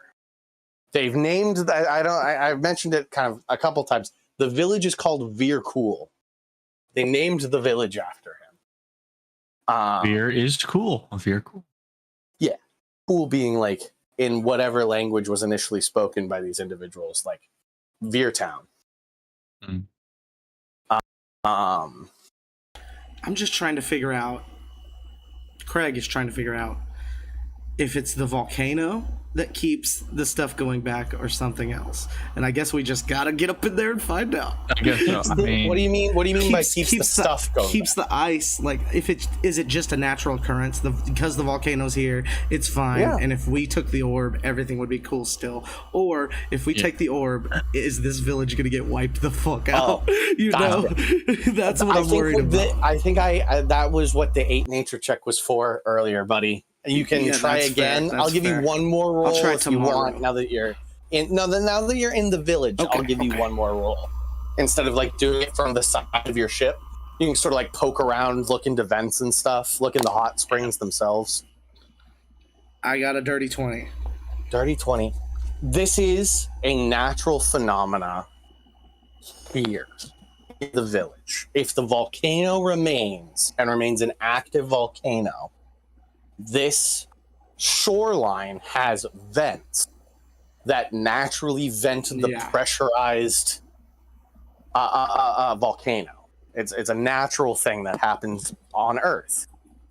So this will take another thing once we're up there to see if the orb is keeping the volcano active. Right. That is your next modus operandi. Okay. If I take the orb, does the volcano turn off? Yeah. Cool. Anything else? This guy just sort of like wraps his robe around him and like kind of like tells you about how great the bathhouse is and how restoring it is. Anything else to ask this guy? When can we get in? Be my guest. Be my guest. Whenever you feel like it. All right, guys. Onsen episode. Want to go? Let's go. Bath episode. Right. So, I would like, essentially, is there anything you guys would like to do before the hunt? The note earlier was I wanted the break to be before going on the hunt. Yeah, that's fair. I would, while they're in the baths, I'm gonna be just exploring nature, not too far from the village. Cool. You're not gonna strip down for the bathhouse episode? No. Okay. I don't want to leave pieces in there boiling springs. Just floating, just floating flesh. All the flies drop dead from the ambient heat. Just cook. I would like to see if they have any traps at the general store. Just get a trap. They say that the traps are only for official hunter use. Gotcha.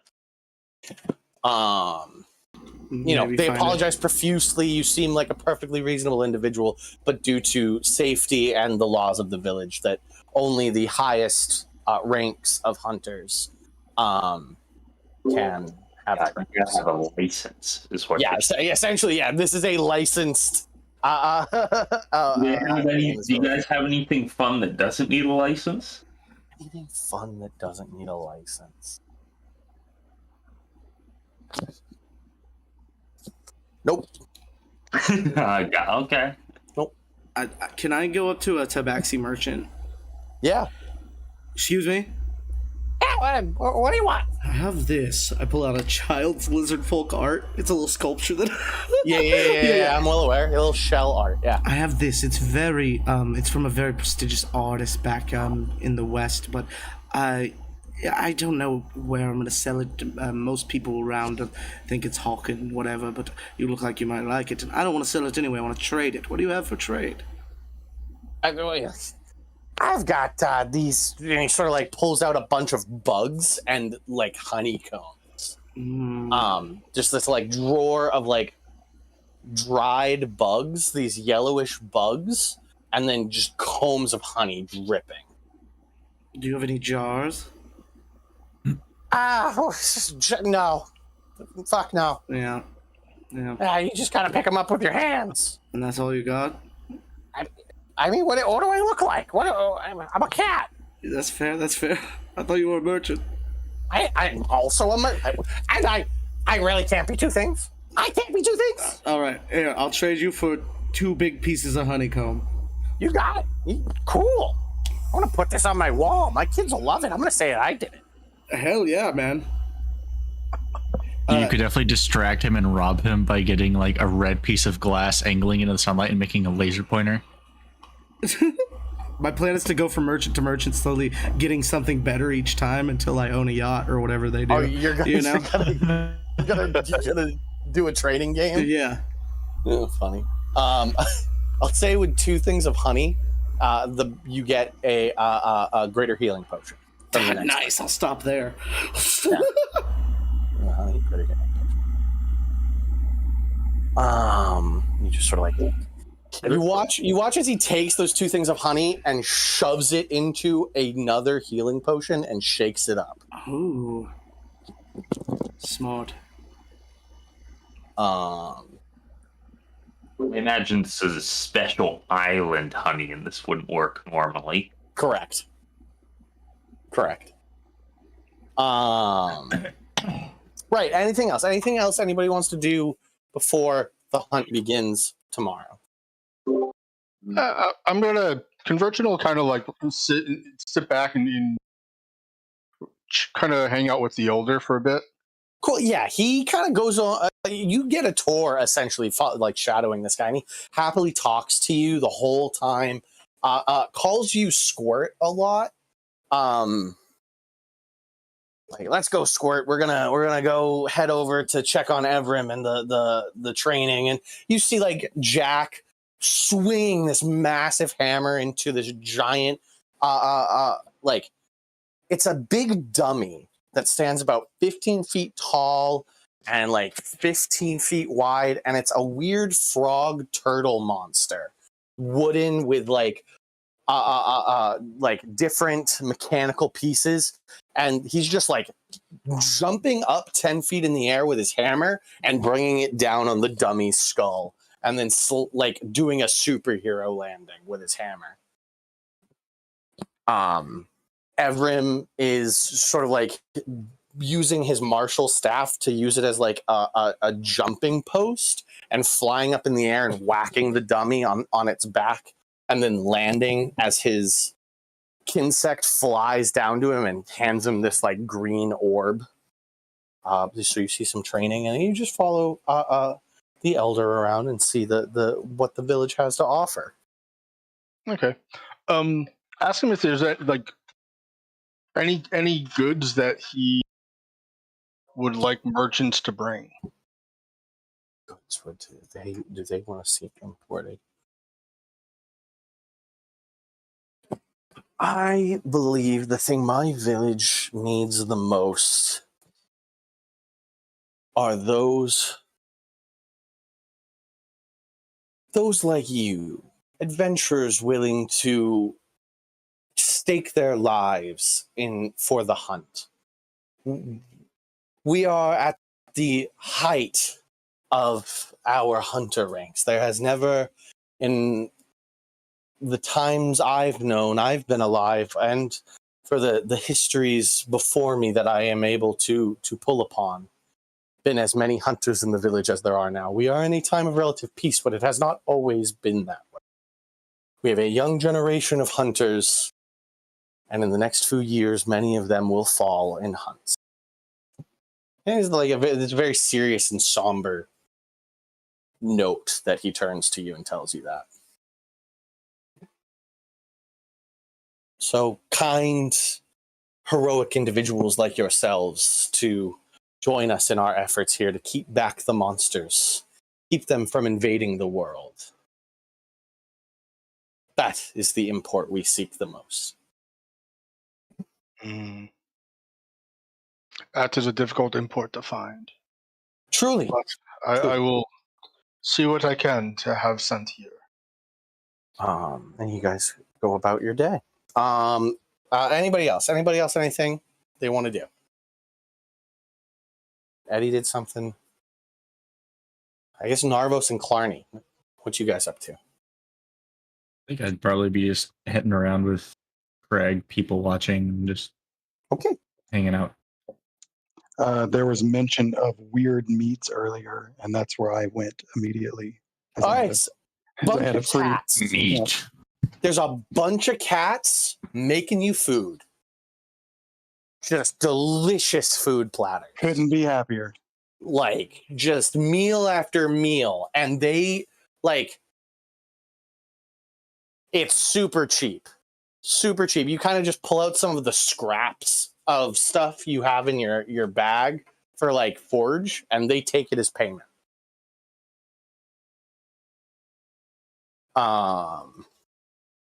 Cool. That's where we'll take our break, and we'll come back at the start of the hunt. I won't be back. We'll see you All later. right. I can't whistle when I eat too many crackers.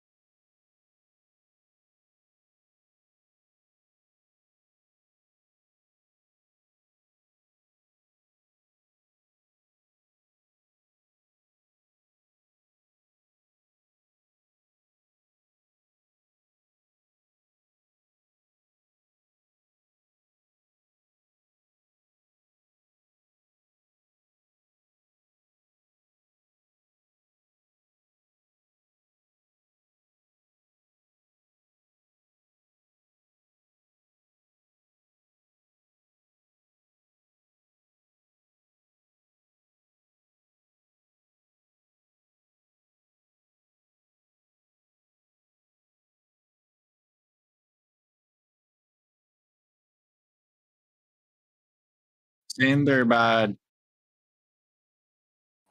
Right. All right. So the day passes. You guys come out early in the morning. Little bells ring in the town, and movement begins. You have a brief moment, and I'm sure all of you sort of like grab weapons and look outside, and you see houses, families, the clans coming out, and just sort of like standing on their porches and on like the edges of their doorways and tent openings. And at the exit to the village, these sort of like big, about like 10-foot tall gate. There's no wall, so it's just like an archway that denotes the exit to the city. A small gathering of individuals, including the elder, is forming, and you can tell that these are more like ceremonial bells ringing throughout the village, and not like a warning bell. You all get your armor, you don your armor, get your weapons, and approach the semicircle forming at the exit to the village. 4 individuals sort of step into the center of the semicircle, and it is Evrim, Jack, Gums, and the Bowman, all like polished, their weapons looking sharp. They have a bunch of like pouches and satchels at their hips and along their sides. All of them with their weapons looking fantastic. And as you all approach, you see Evrim sort of like beckon you to join them in the center of the circle.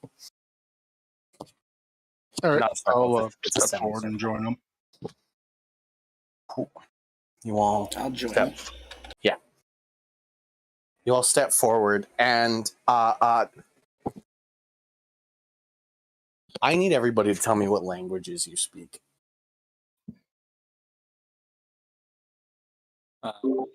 Eric Cochran, Celestial, Common, Dwarvish, Elvish. Okay. I speak Eric Cochran, Common, Abyssal, Primordial, Druidic, and Thieves' Cant. Okay. Common and Dwarvish. And Eric Cochran. And Eric Cochran. Cool. Eric Cochran, Common, Minotaur.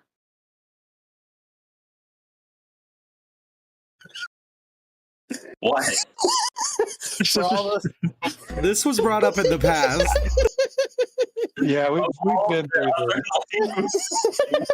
I've really got to remember that one of these days, you guys. Just have a Minotaur kicking around. Cool. Oh man, that made me lightheaded. I think Conversion's left. Yep. Common, Elvish, Undercommon, and Arrowknee. Or I assume Undercommon is like deep speech. No, Undercommon is its own language. Okay. Oh, yeah. Deep speech is separate from Undercommon. Deep speech is like aberration language.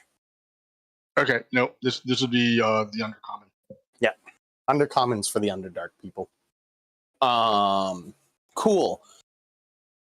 Narvos, can I get yours again? Yeah.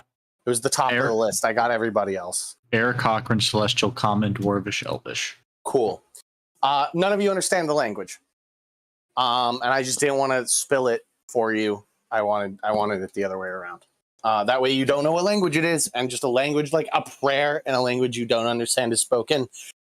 And in that same language, it's like going to church and they're all speaking Latin.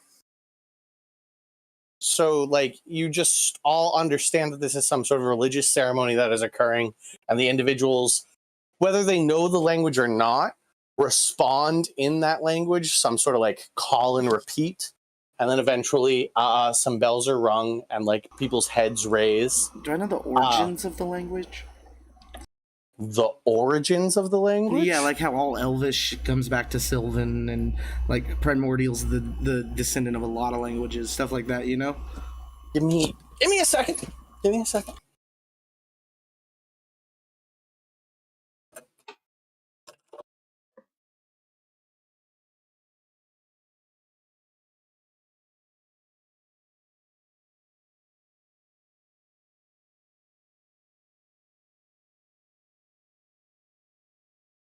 I would say you have no idea. Gotcha. My knee gut was that it's sort of unique language, and my quick research agrees with me. Confirmed.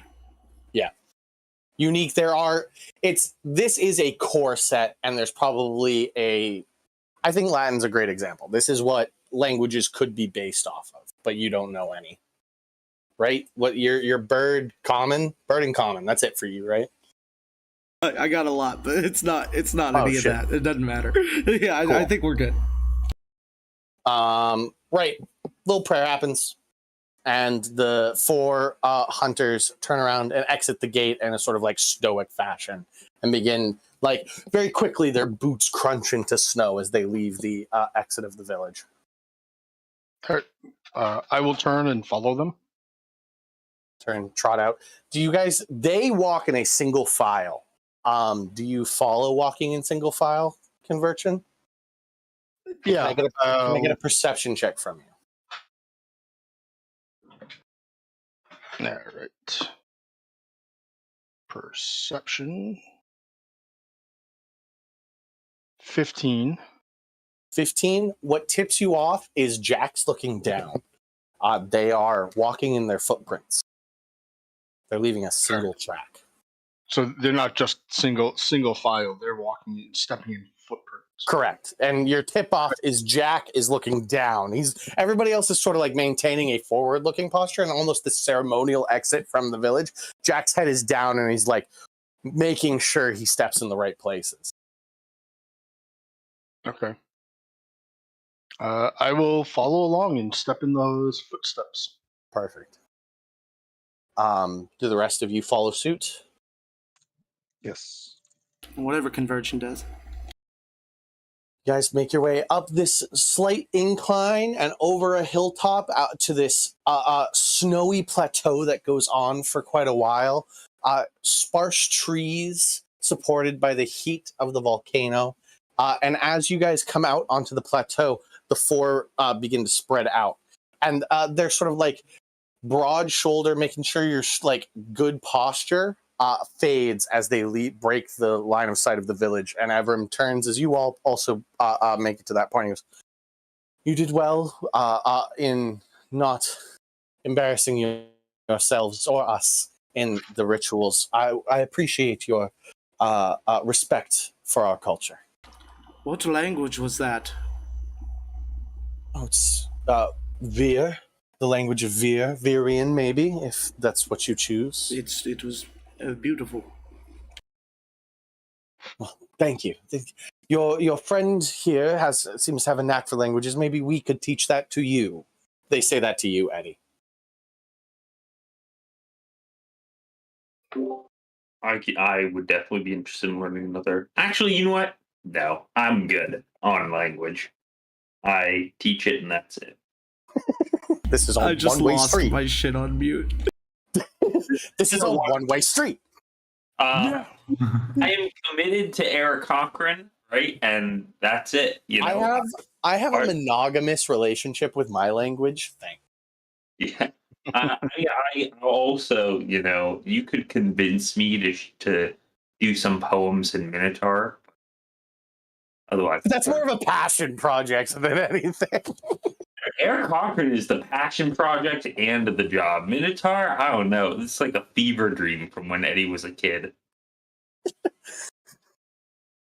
In flashbacks, Eddie is hunted through a labyrinth.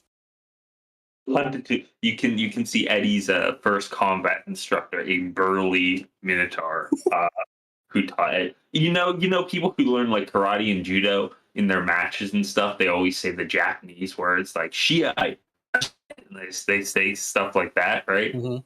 Eddie learned that, but all the words were in Minotaur. Gotcha. Right, you guys make it out onto a plateau, and the distance super flat. There's some rocky outcroppings kicking around, and in the distance, there's this heat haze that Craig can see most of all. Craig, go ahead and make me a nature check again. Nature.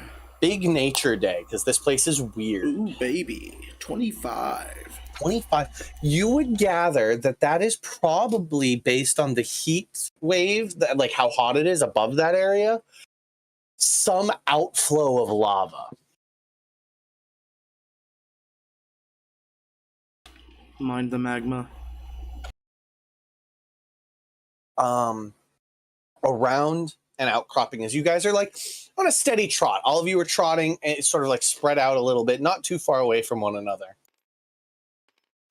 To prepare a little bit here, Eddie wants to, as he's walking, focus a little bit and try and bring out one of those new fancy bird echoes. All right, so next to you, a bird echo just like pulls itself from the shadows and drops with a Craig. You notice you're used to Eddie's echoes, sort of silent. You don't really perceive them until you see them.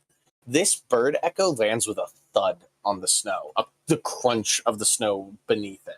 And I think you probably like stutter for a sec in the jog, and you're like, new. And this much more corporeal and solid bird version of Eddie stands up.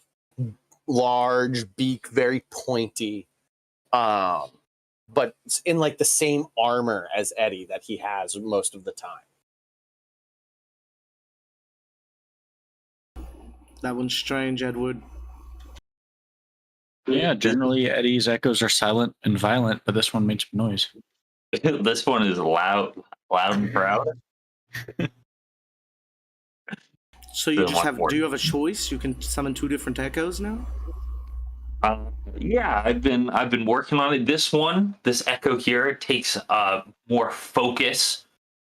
In above table talk, this one takes an action, not a bonus action, and with that, he gains a lot more density and can do a little bit more in combat. Not so much an invisible thing.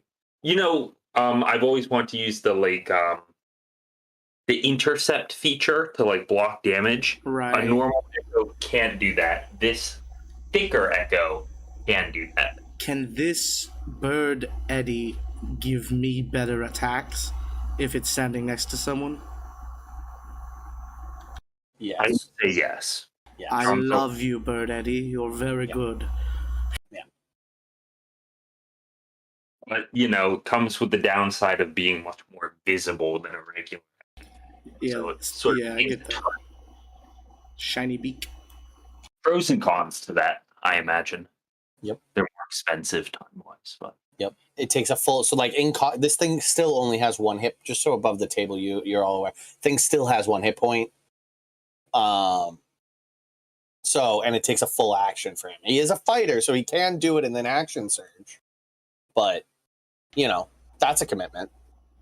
But it counts as an ally and as. But it counts Eddie. as the ally. Yeah. It is the complete flip of my rulings on the echo previously. It's my explanation and me and him being like, well, cool, then let's have 2 then. And at level 18, when an Echo Knight can have 2 echoes, he could have 1 of these and 1 of the other ones, or 2 of the same. I love it. I really like it. Yeah. Right. From behind some outcroppings, there is this like boulder, this big round boulder that falls off of the cliffside, slams and rolls, and then hits a tree and kind of knocks it sideways. And from behind it on the mountain, standing up, is this massive white creature. It has small wings on its arms. I'm not even going to explain. It's this. It looks like this. And it's up here. It looks like this. And it's up on that rock. Big, like white as the snow, with wings on its sides, these big claws pushing into the rock. It just sort of like predatorily looks at you guys. This is what the map looks like. Could you make a banjo out of that? Gums, like, as he pulls his loot from around him and it like hits the snow beneath him and starts plucking away, he goes, I bet that his teeth would make a great horn. And we'll roll initiative as it like slams into the ground, snow flying out around it.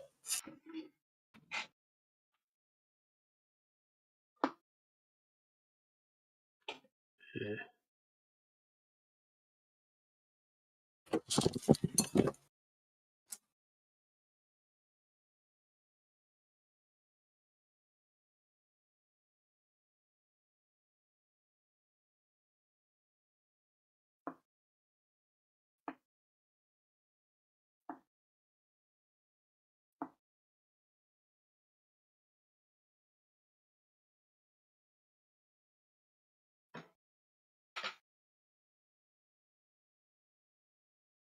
Okay.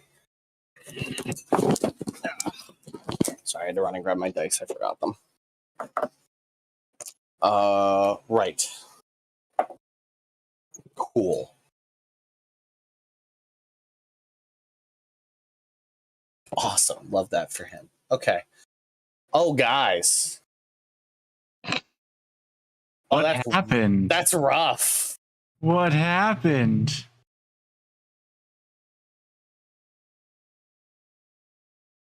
No. Craig doesn't roll good initiatives, guys. Oh, no. I don't know what it is. The dice hate it. You guys. But you're our good initiative roller guy. I only get +4. 3 out of the 4 hunters rolled beneath Narvos. Okay, well that's even worse for us. PPK and we can't even go. Right. It is my turn first with the Barioth. Okay. 15-foot vortex.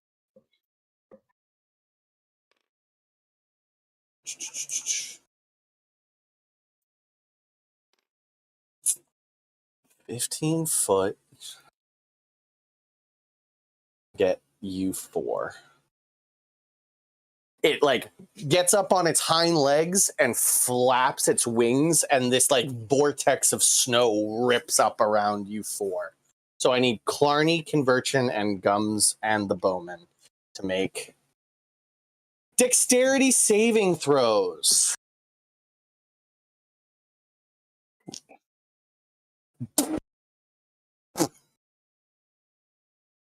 A 3 and a 4 for the 2 NPCs. I got a 19. That's a success. I got a 21. Then that's a success. So you both take 15 points of damage total. 11 points of bludgeoning and 4 points of cold, if it matters to you. And those two get just buffeted and ice just rips across their face and they both look awful. Awful.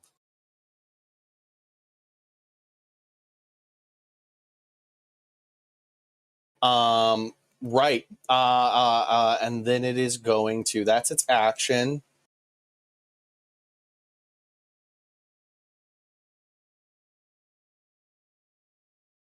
It is going to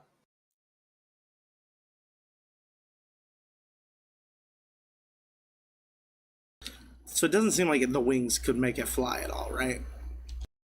it seems to have a glide speed at best. It sort of like jumps up in the air and its wings fly out and it sort of like gliders towards you. And is going to land sort of engaging both Velran and Narvos. That's cool. Slides up. That's its turn. Brings us to Clarny.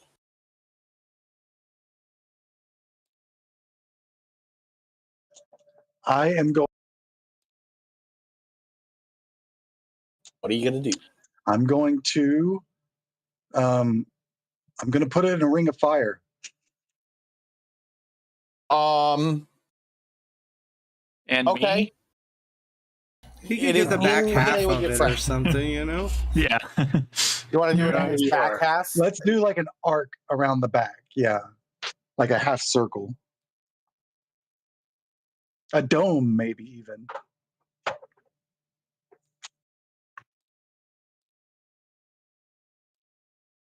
I always have to look up Wall of Fire every time you cast A it. dome would be pretty cool.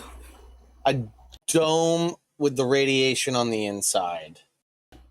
Yeah, Wall up to 20 half feet. his 20 Exactly. feet, and it's, Exactly. yeah, I mean, 15 feet wide and probably like, yeah, you can just dome it in.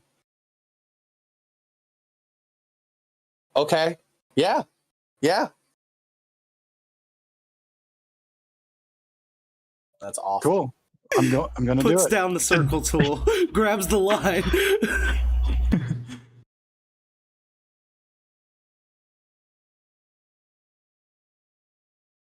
Wall of Fire right there. And it's Wall of fire. Cool. When the wall appears, each creature within must make a dex save. On a failed save, a creature takes 5d8 fire.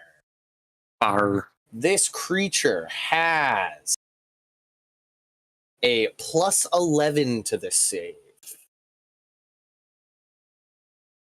That answers if I should fairy fire it or not. It rolled a 26, so it takes half damage, Clark. Okay, I am going to roll the damage.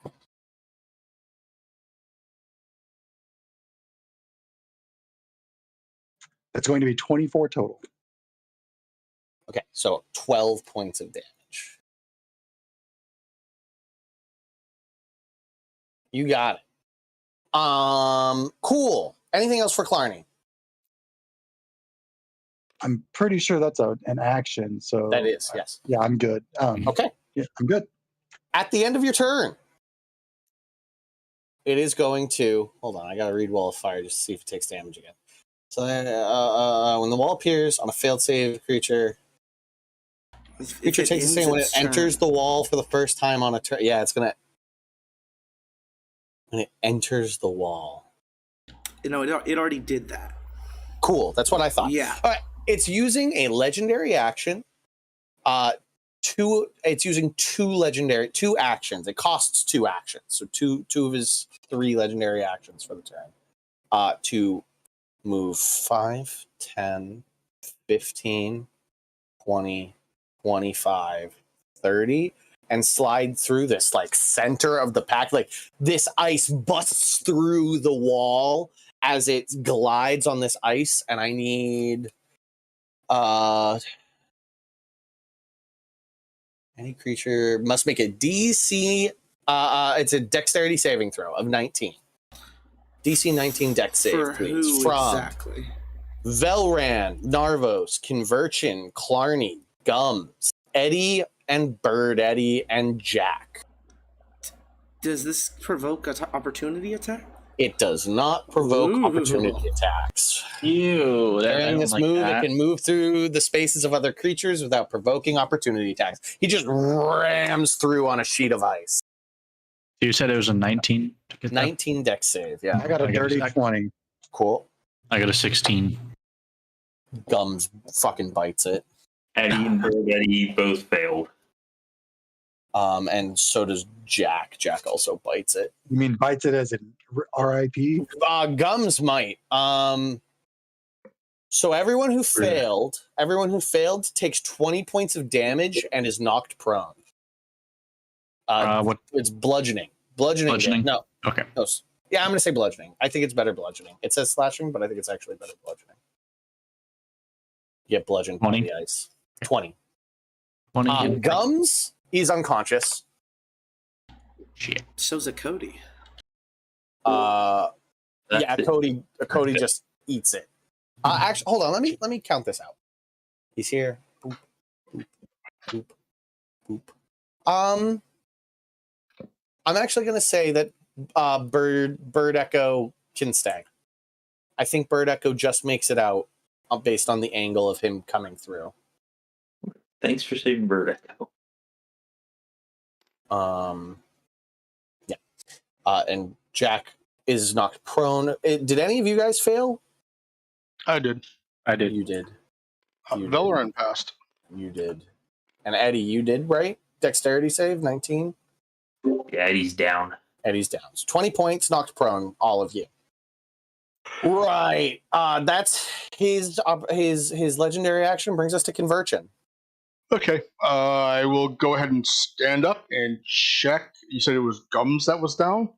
Yeah. Oh, yeah. Thank you. Gums is unconscious on the ground, just covered in ice, or just grimed completely over. Okay. Healing word on him. Okay. And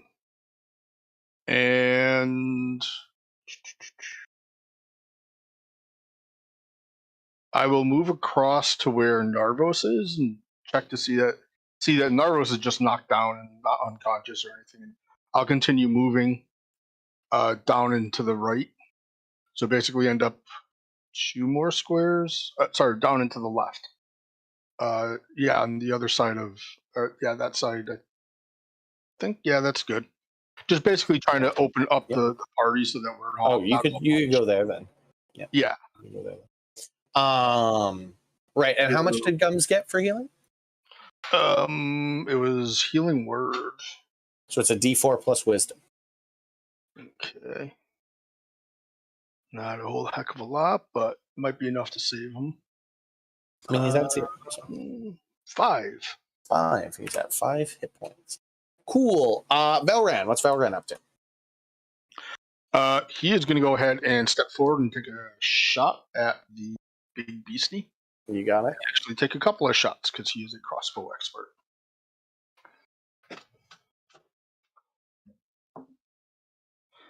Let's see. First one is a 22. That hits. Okay, it's a D6. So 7 points of damage, and it gets a DC 14 save for poison.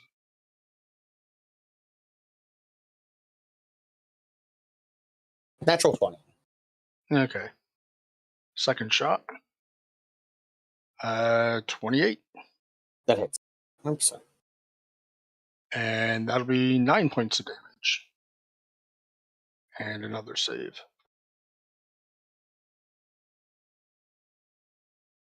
A natural 1. Okay. So he is probably poisoned as well. Actually, it probably will fall. I think it falls asleep. Does it, what does it say? I'll look up DC 14 save or be poisoned. Fail really bad and fall asleep. Yep. I have the exact.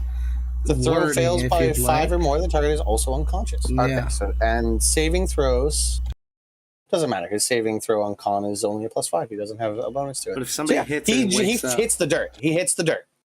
Like just a solid hit from Velran, and its eyes flutter, and it falls onto its paws, and like little bubbles, snoozing bubbles, roll up. I recognize that drow poison. Any more movement from Velran? He is probably going to do the same thing I did and separate so that it's not bunched up. It's about as far as he can get. Yeah. Just sort of like sprints and tries to spread out. Cool. Craig. Thematically, I'm gonna help Eddie stand up. Cool. As I do it, I'm gonna say you can't grapple this thing if you're that small, and cast enlarge on him. Oh boy! Then I will. Look how big he is. Then I'll ignite my bowstring and step back 10 feet. I love this. Eddie is feeling something right now. He is. Oh man, Eddie's ready to go. You have advantage. Is sound asleep on. You have advantage on strength checks and strength saving throws, and you get a D4 extra to all your damage. Oh boy, advantage on strength. This barrier, it's going into a headlock. Gums spends half his movement speed to get up, and then he is going to, as an action, give a +1 to attack and damage rolls to Eddie, Craig, and Jack. So Like a mass +1 magic to attack weapon. and damage. Yeah, he does a riff on his hunting horn and you all get a +1 to attack and damage.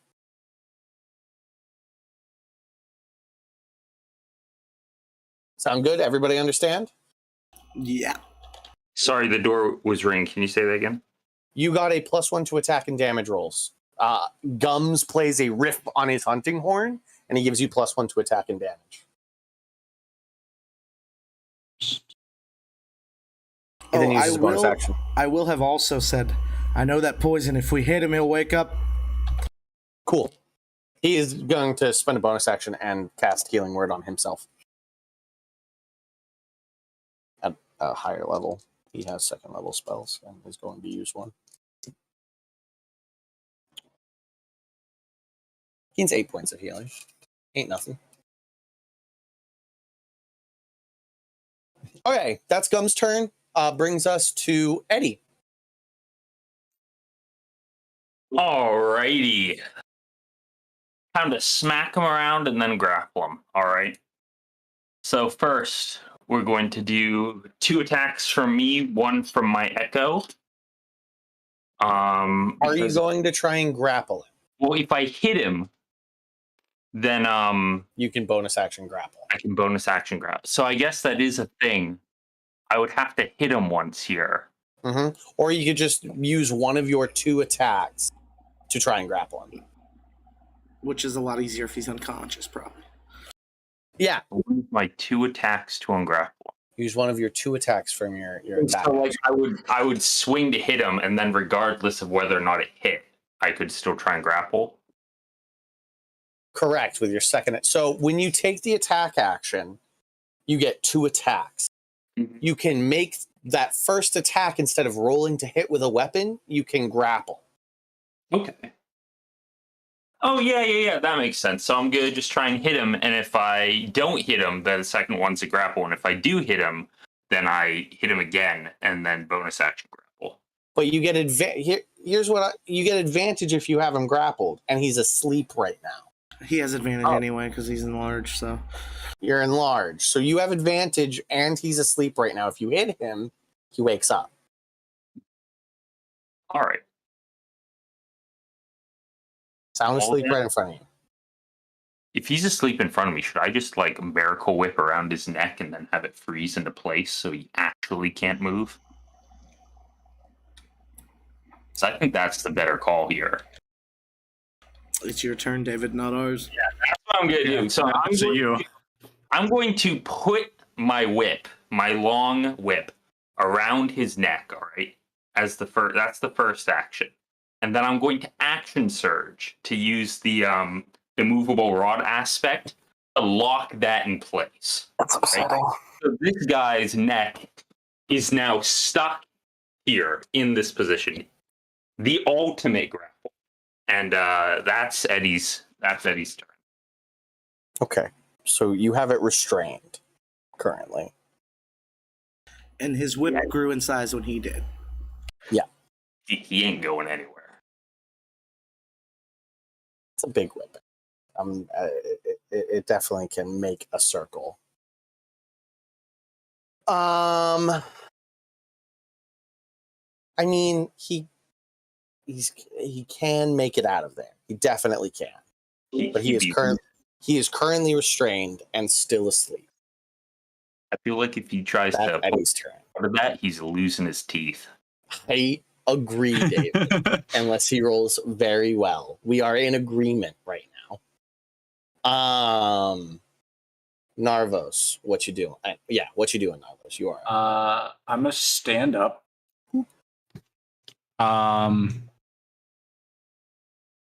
Cool. Yeah.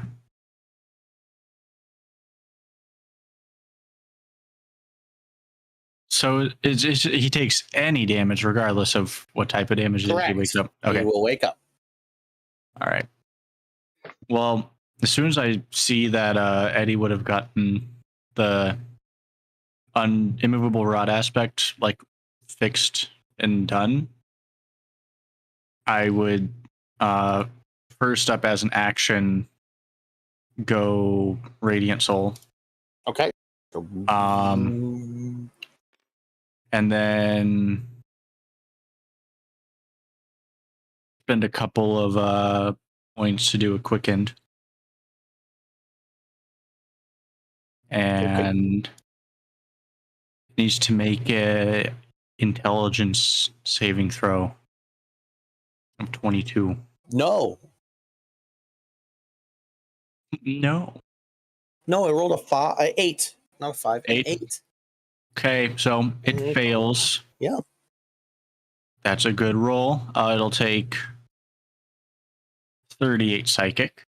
38 psychic. Synaptic static. Plus an additional 13 radiant. Because of me being all fancy. And it has muddled thoughts for a minute. During that time, it rolls a d6 and subtracts the number rolled from all attack rolls and ability checks. Okay. And I don't think it has any spell saving things, but con saving throws for concentration. And it wakes up. It sort of like roars and like tries to stand up and then can't. The end of your turn, it's going to use a tail. It's going to use a tail swipe. On, let's see, and each creature adjacent to it. So it's swinging at you, Eddie. Tail comes whipping around, and it's going to go also affect Bird, Cody, and Jack. So Bird Cody's going to get whacked. What was that wording? Whack? No, it said each creature adjacent to it. Yeah. Wouldn't that also be Clarny? You know what I mean? Like, because of the wording and how big he is? Yeah. I'm going to make it make sense. Do it the way I said because it makes sense to me. And not try to back sweep. That's fair. This is what makes sense to me. So this is what's happening. Bird, Cody, and each. No, you don't take damage from the adjacent. So it's just a strength saving throw for Bird, Cody, and Jack, and also you.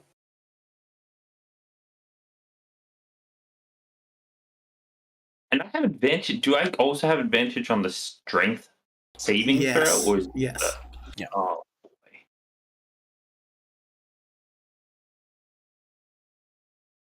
So 16 plus 12 is 28. Cool. So you succeed. You succeed, so you're not pushed, but you do take 11 points of bludgeoning damage from just like hitting it, but you sort of bounce it off, and the shockwave of the tail hitting you. I need you to roll for Bird Cody a strength save. Bird Cody uses my roll, so he also has advantage, right? Yes. Wonderful. 9 plus, well, it doesn't matter, right? Because even if he passes, he's going to take more than he doesn't. No, he doesn't take any damage. This is just for shove. And Jack's going to see as well. 12 plus 9 is 21. So Bird Cody holds his ground. Jack doesn't. Jack gets shoved 5 feet and slides between Clarny and Evram and stops 5 feet below where you're hovering, Narvos. Hammer sliding across the ground. All right. Cool. That's that. Comes to all of these goobers' turn.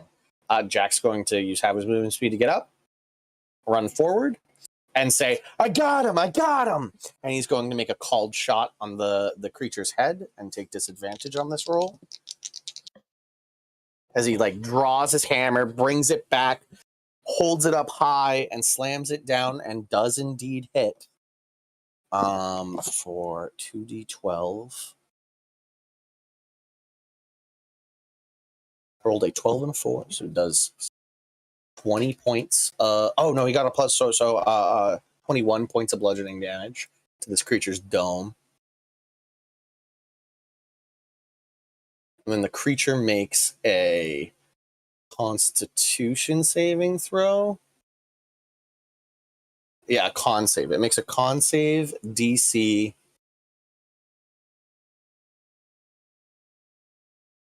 15. DC 15 plus 3, 18. DC 18 con save from this creature. It got It got an 18, so it succeeds on that, and then another roll, still at disadvantage. Also hits.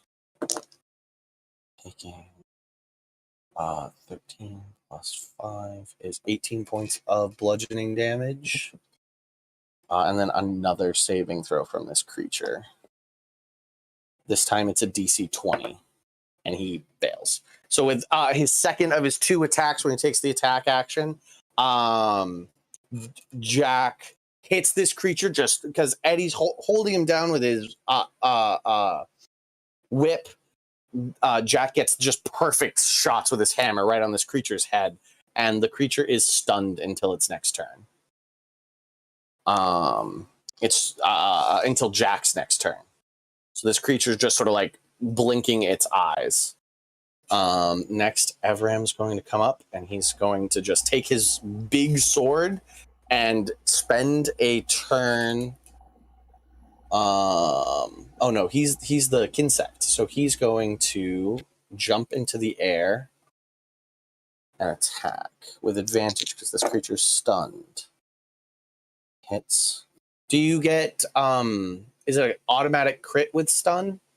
Or is it just advantage? No, it's just advantage. It's not paralyzed. Yeah. Perfect. Takes 12 points of damage. And then the second attack misses. Rolled a 3 and a 5. Can I use my reaction on his turn to ask him something? Sure. Hey, It's like if I flipping make up in the air. if I make a very loud sound, would that be bad? Oh yeah, don't. You could attract other monsters. Okay. To this area. Gotcha, Monster Hunter. Cool. That's his turn, and finally brings us to Bowman. I'm just gonna take his 2 attacks. All right, hold on, Bo. As an action. All right, so he just pulls out this really special arrow. This like it has like a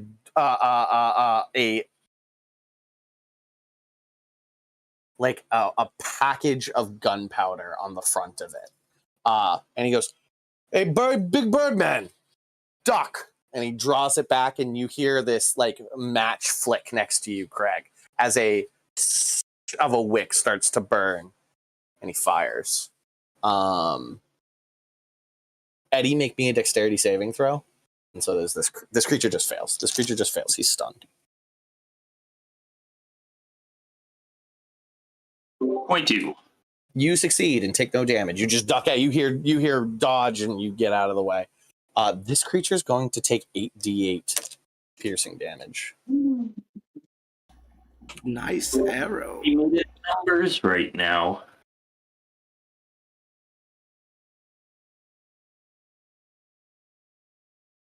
This creature looks horribly hurt, by the way. It is now its turn. It's stunned. We move right along to Clarny. It does. The stun lasts.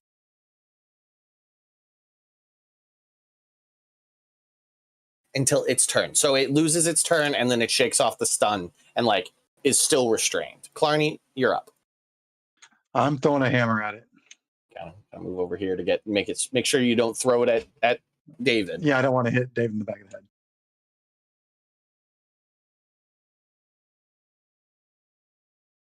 You do have advantage, I think. This creature is restrained. Yeah. You have advantage. That is a dirty 20 to hit. Definitely hits.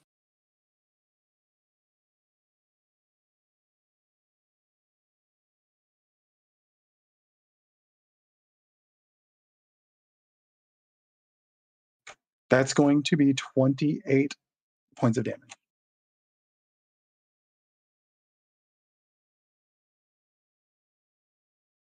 Gotcha. Hammer slams into its skull. Your hammer reappears in your hand.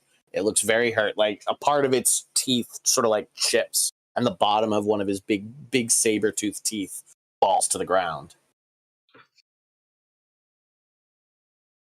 You guys have broken his head and like pieces of his wings and feet look also really messed up. Conversion and Velran. Okay. I am going to go ahead and just cast Guiding Bolt. Okay. And At advantage. At advantage.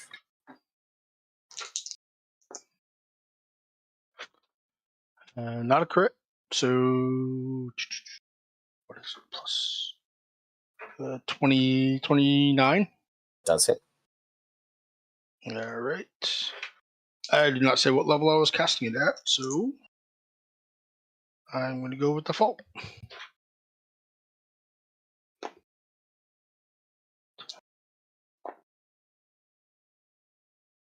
So that'll be 14 radiant. How do you want to kill him? He's being held down by Eddie with the whip. It's like heavily hurt, just sort of like breathing heavy. A lot of pieces fall into the ground. You guiding bolt. Just go right through the center of mass, right through the chest. Do you want to leave a hole, or do you just want like this magic to push through it and to like just kill its life force? Just go through and kill the life force. Gotcha. So you all watch as this like essence of twilight flies through this creature, leaves no visible damage, but just the eyes go lifeless, and the creature falls and is sort of being kept aloft a little bit by the movable whip. This creature. Oh, but then I drop concentration and the whip shrinks. When because I would say Eddie is it is attuned to Eddie, so it is tied to him. But Eddie can also stop the enchantment. Right. At any time. So Eddie, do you stop the enchantment or do you behead this monster? Hey, professional hunters, would you rather the head on or off? Oh, this is a hunted beast killed.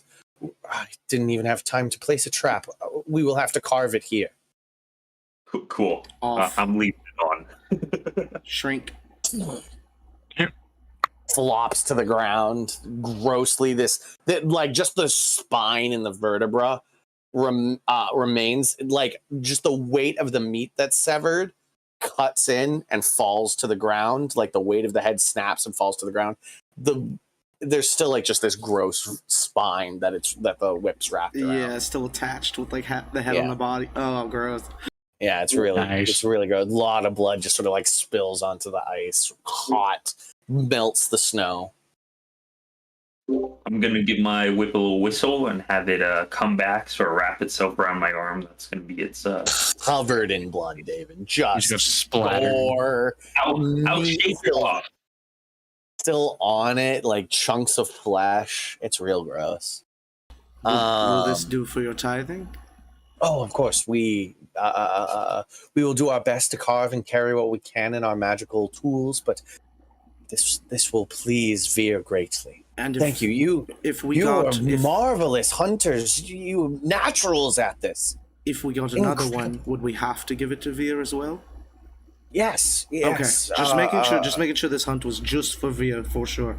Every monster has to be tied to Veer. A portion of every hunt goes to Veer, but once a month we take an entire beast to Veer, as we will with this one. I see.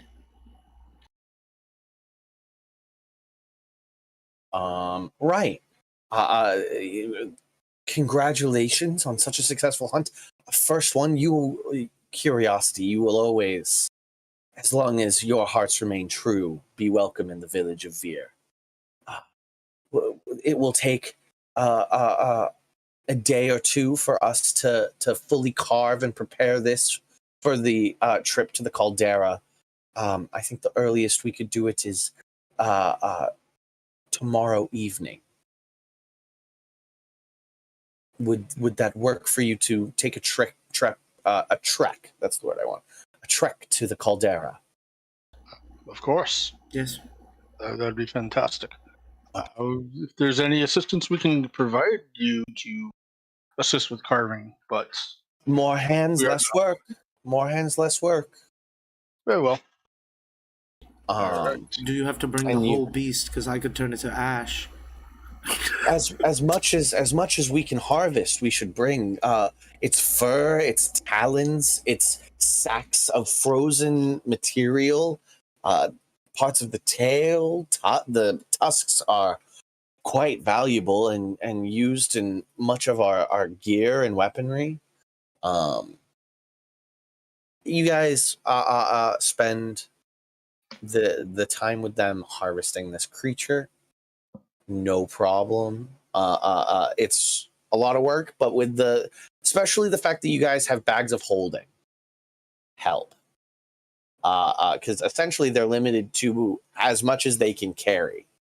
And by having a semi-unlimited storage, they're able to harvest almost the entire creature, leaving like just fat that was contaminated and some of the blood that soaked into the snow. A lot of like vials and like hollowed organs that are things to scoop up blood and carry it back are made. I got this cool new trick, Sean, with heat metal and a dagger. Just cauterize as I cut, you know? It's nice. Cool. Some of the meat you can cook using your little kebab. You stick a thing on. Oh, I'm not gonna eat any of it. I know that would like. I know, but you can hand it to somebody. No, I don't want anybody to eat any of this. I'm worried that you know what I'm talking about. You know? Yeah. I get you. Cool. You tried berry off blubber. And you guys bring it all back and deposit it in the butchery area. That bloody board-soaked area. And that's where we'll end today. Oh, can I ask one last question? Yes, please. Yeah. Yes. What's his name again? The leader guy. Everin. Everin. Does he have a different look in terms of, like, if I mention something about going up the volcano again on the way back, does he seem like he's less worried about us? He's what? Less worried about us with the display we put on. Okay, so here? what do you say? No, but what do you say? So that beast, is there many more like that? In my time, I've fought one of those a handful of times. There's a large variety of monsters that inhabit this island. We're unclear where they come from. They either just materialize on this island or come from deep within the volcano. We're unsure. And from what you've witnessed here, has anybody at our level of power gone up the volcano before? Your level of power, you were very impressive. Much, each of you much more skilled than any of us, any of our hunters. I can't say anybody of your skill has been seen on this island in a long time. Understood. Well, we will help with hunting as well, if that's allowed, tomorrow. Tomorrow is a day of celebration. There will be no hunts. Okay. In preparation for the party to go up to the altar to deliver the tithe. Understood. It is a great day for everyone in the village. It will be exciting to show you the way we prepare ourselves to deliver Veer's tithe. Can't wait. I mean, trudges along ahead of you in the snow, back towards the village. Do you think they're going to prostrate themselves before him? Who do you ask that to? The conversion. Probably something along those lines. Yeah, I've never witnessed that. I've always wanted to.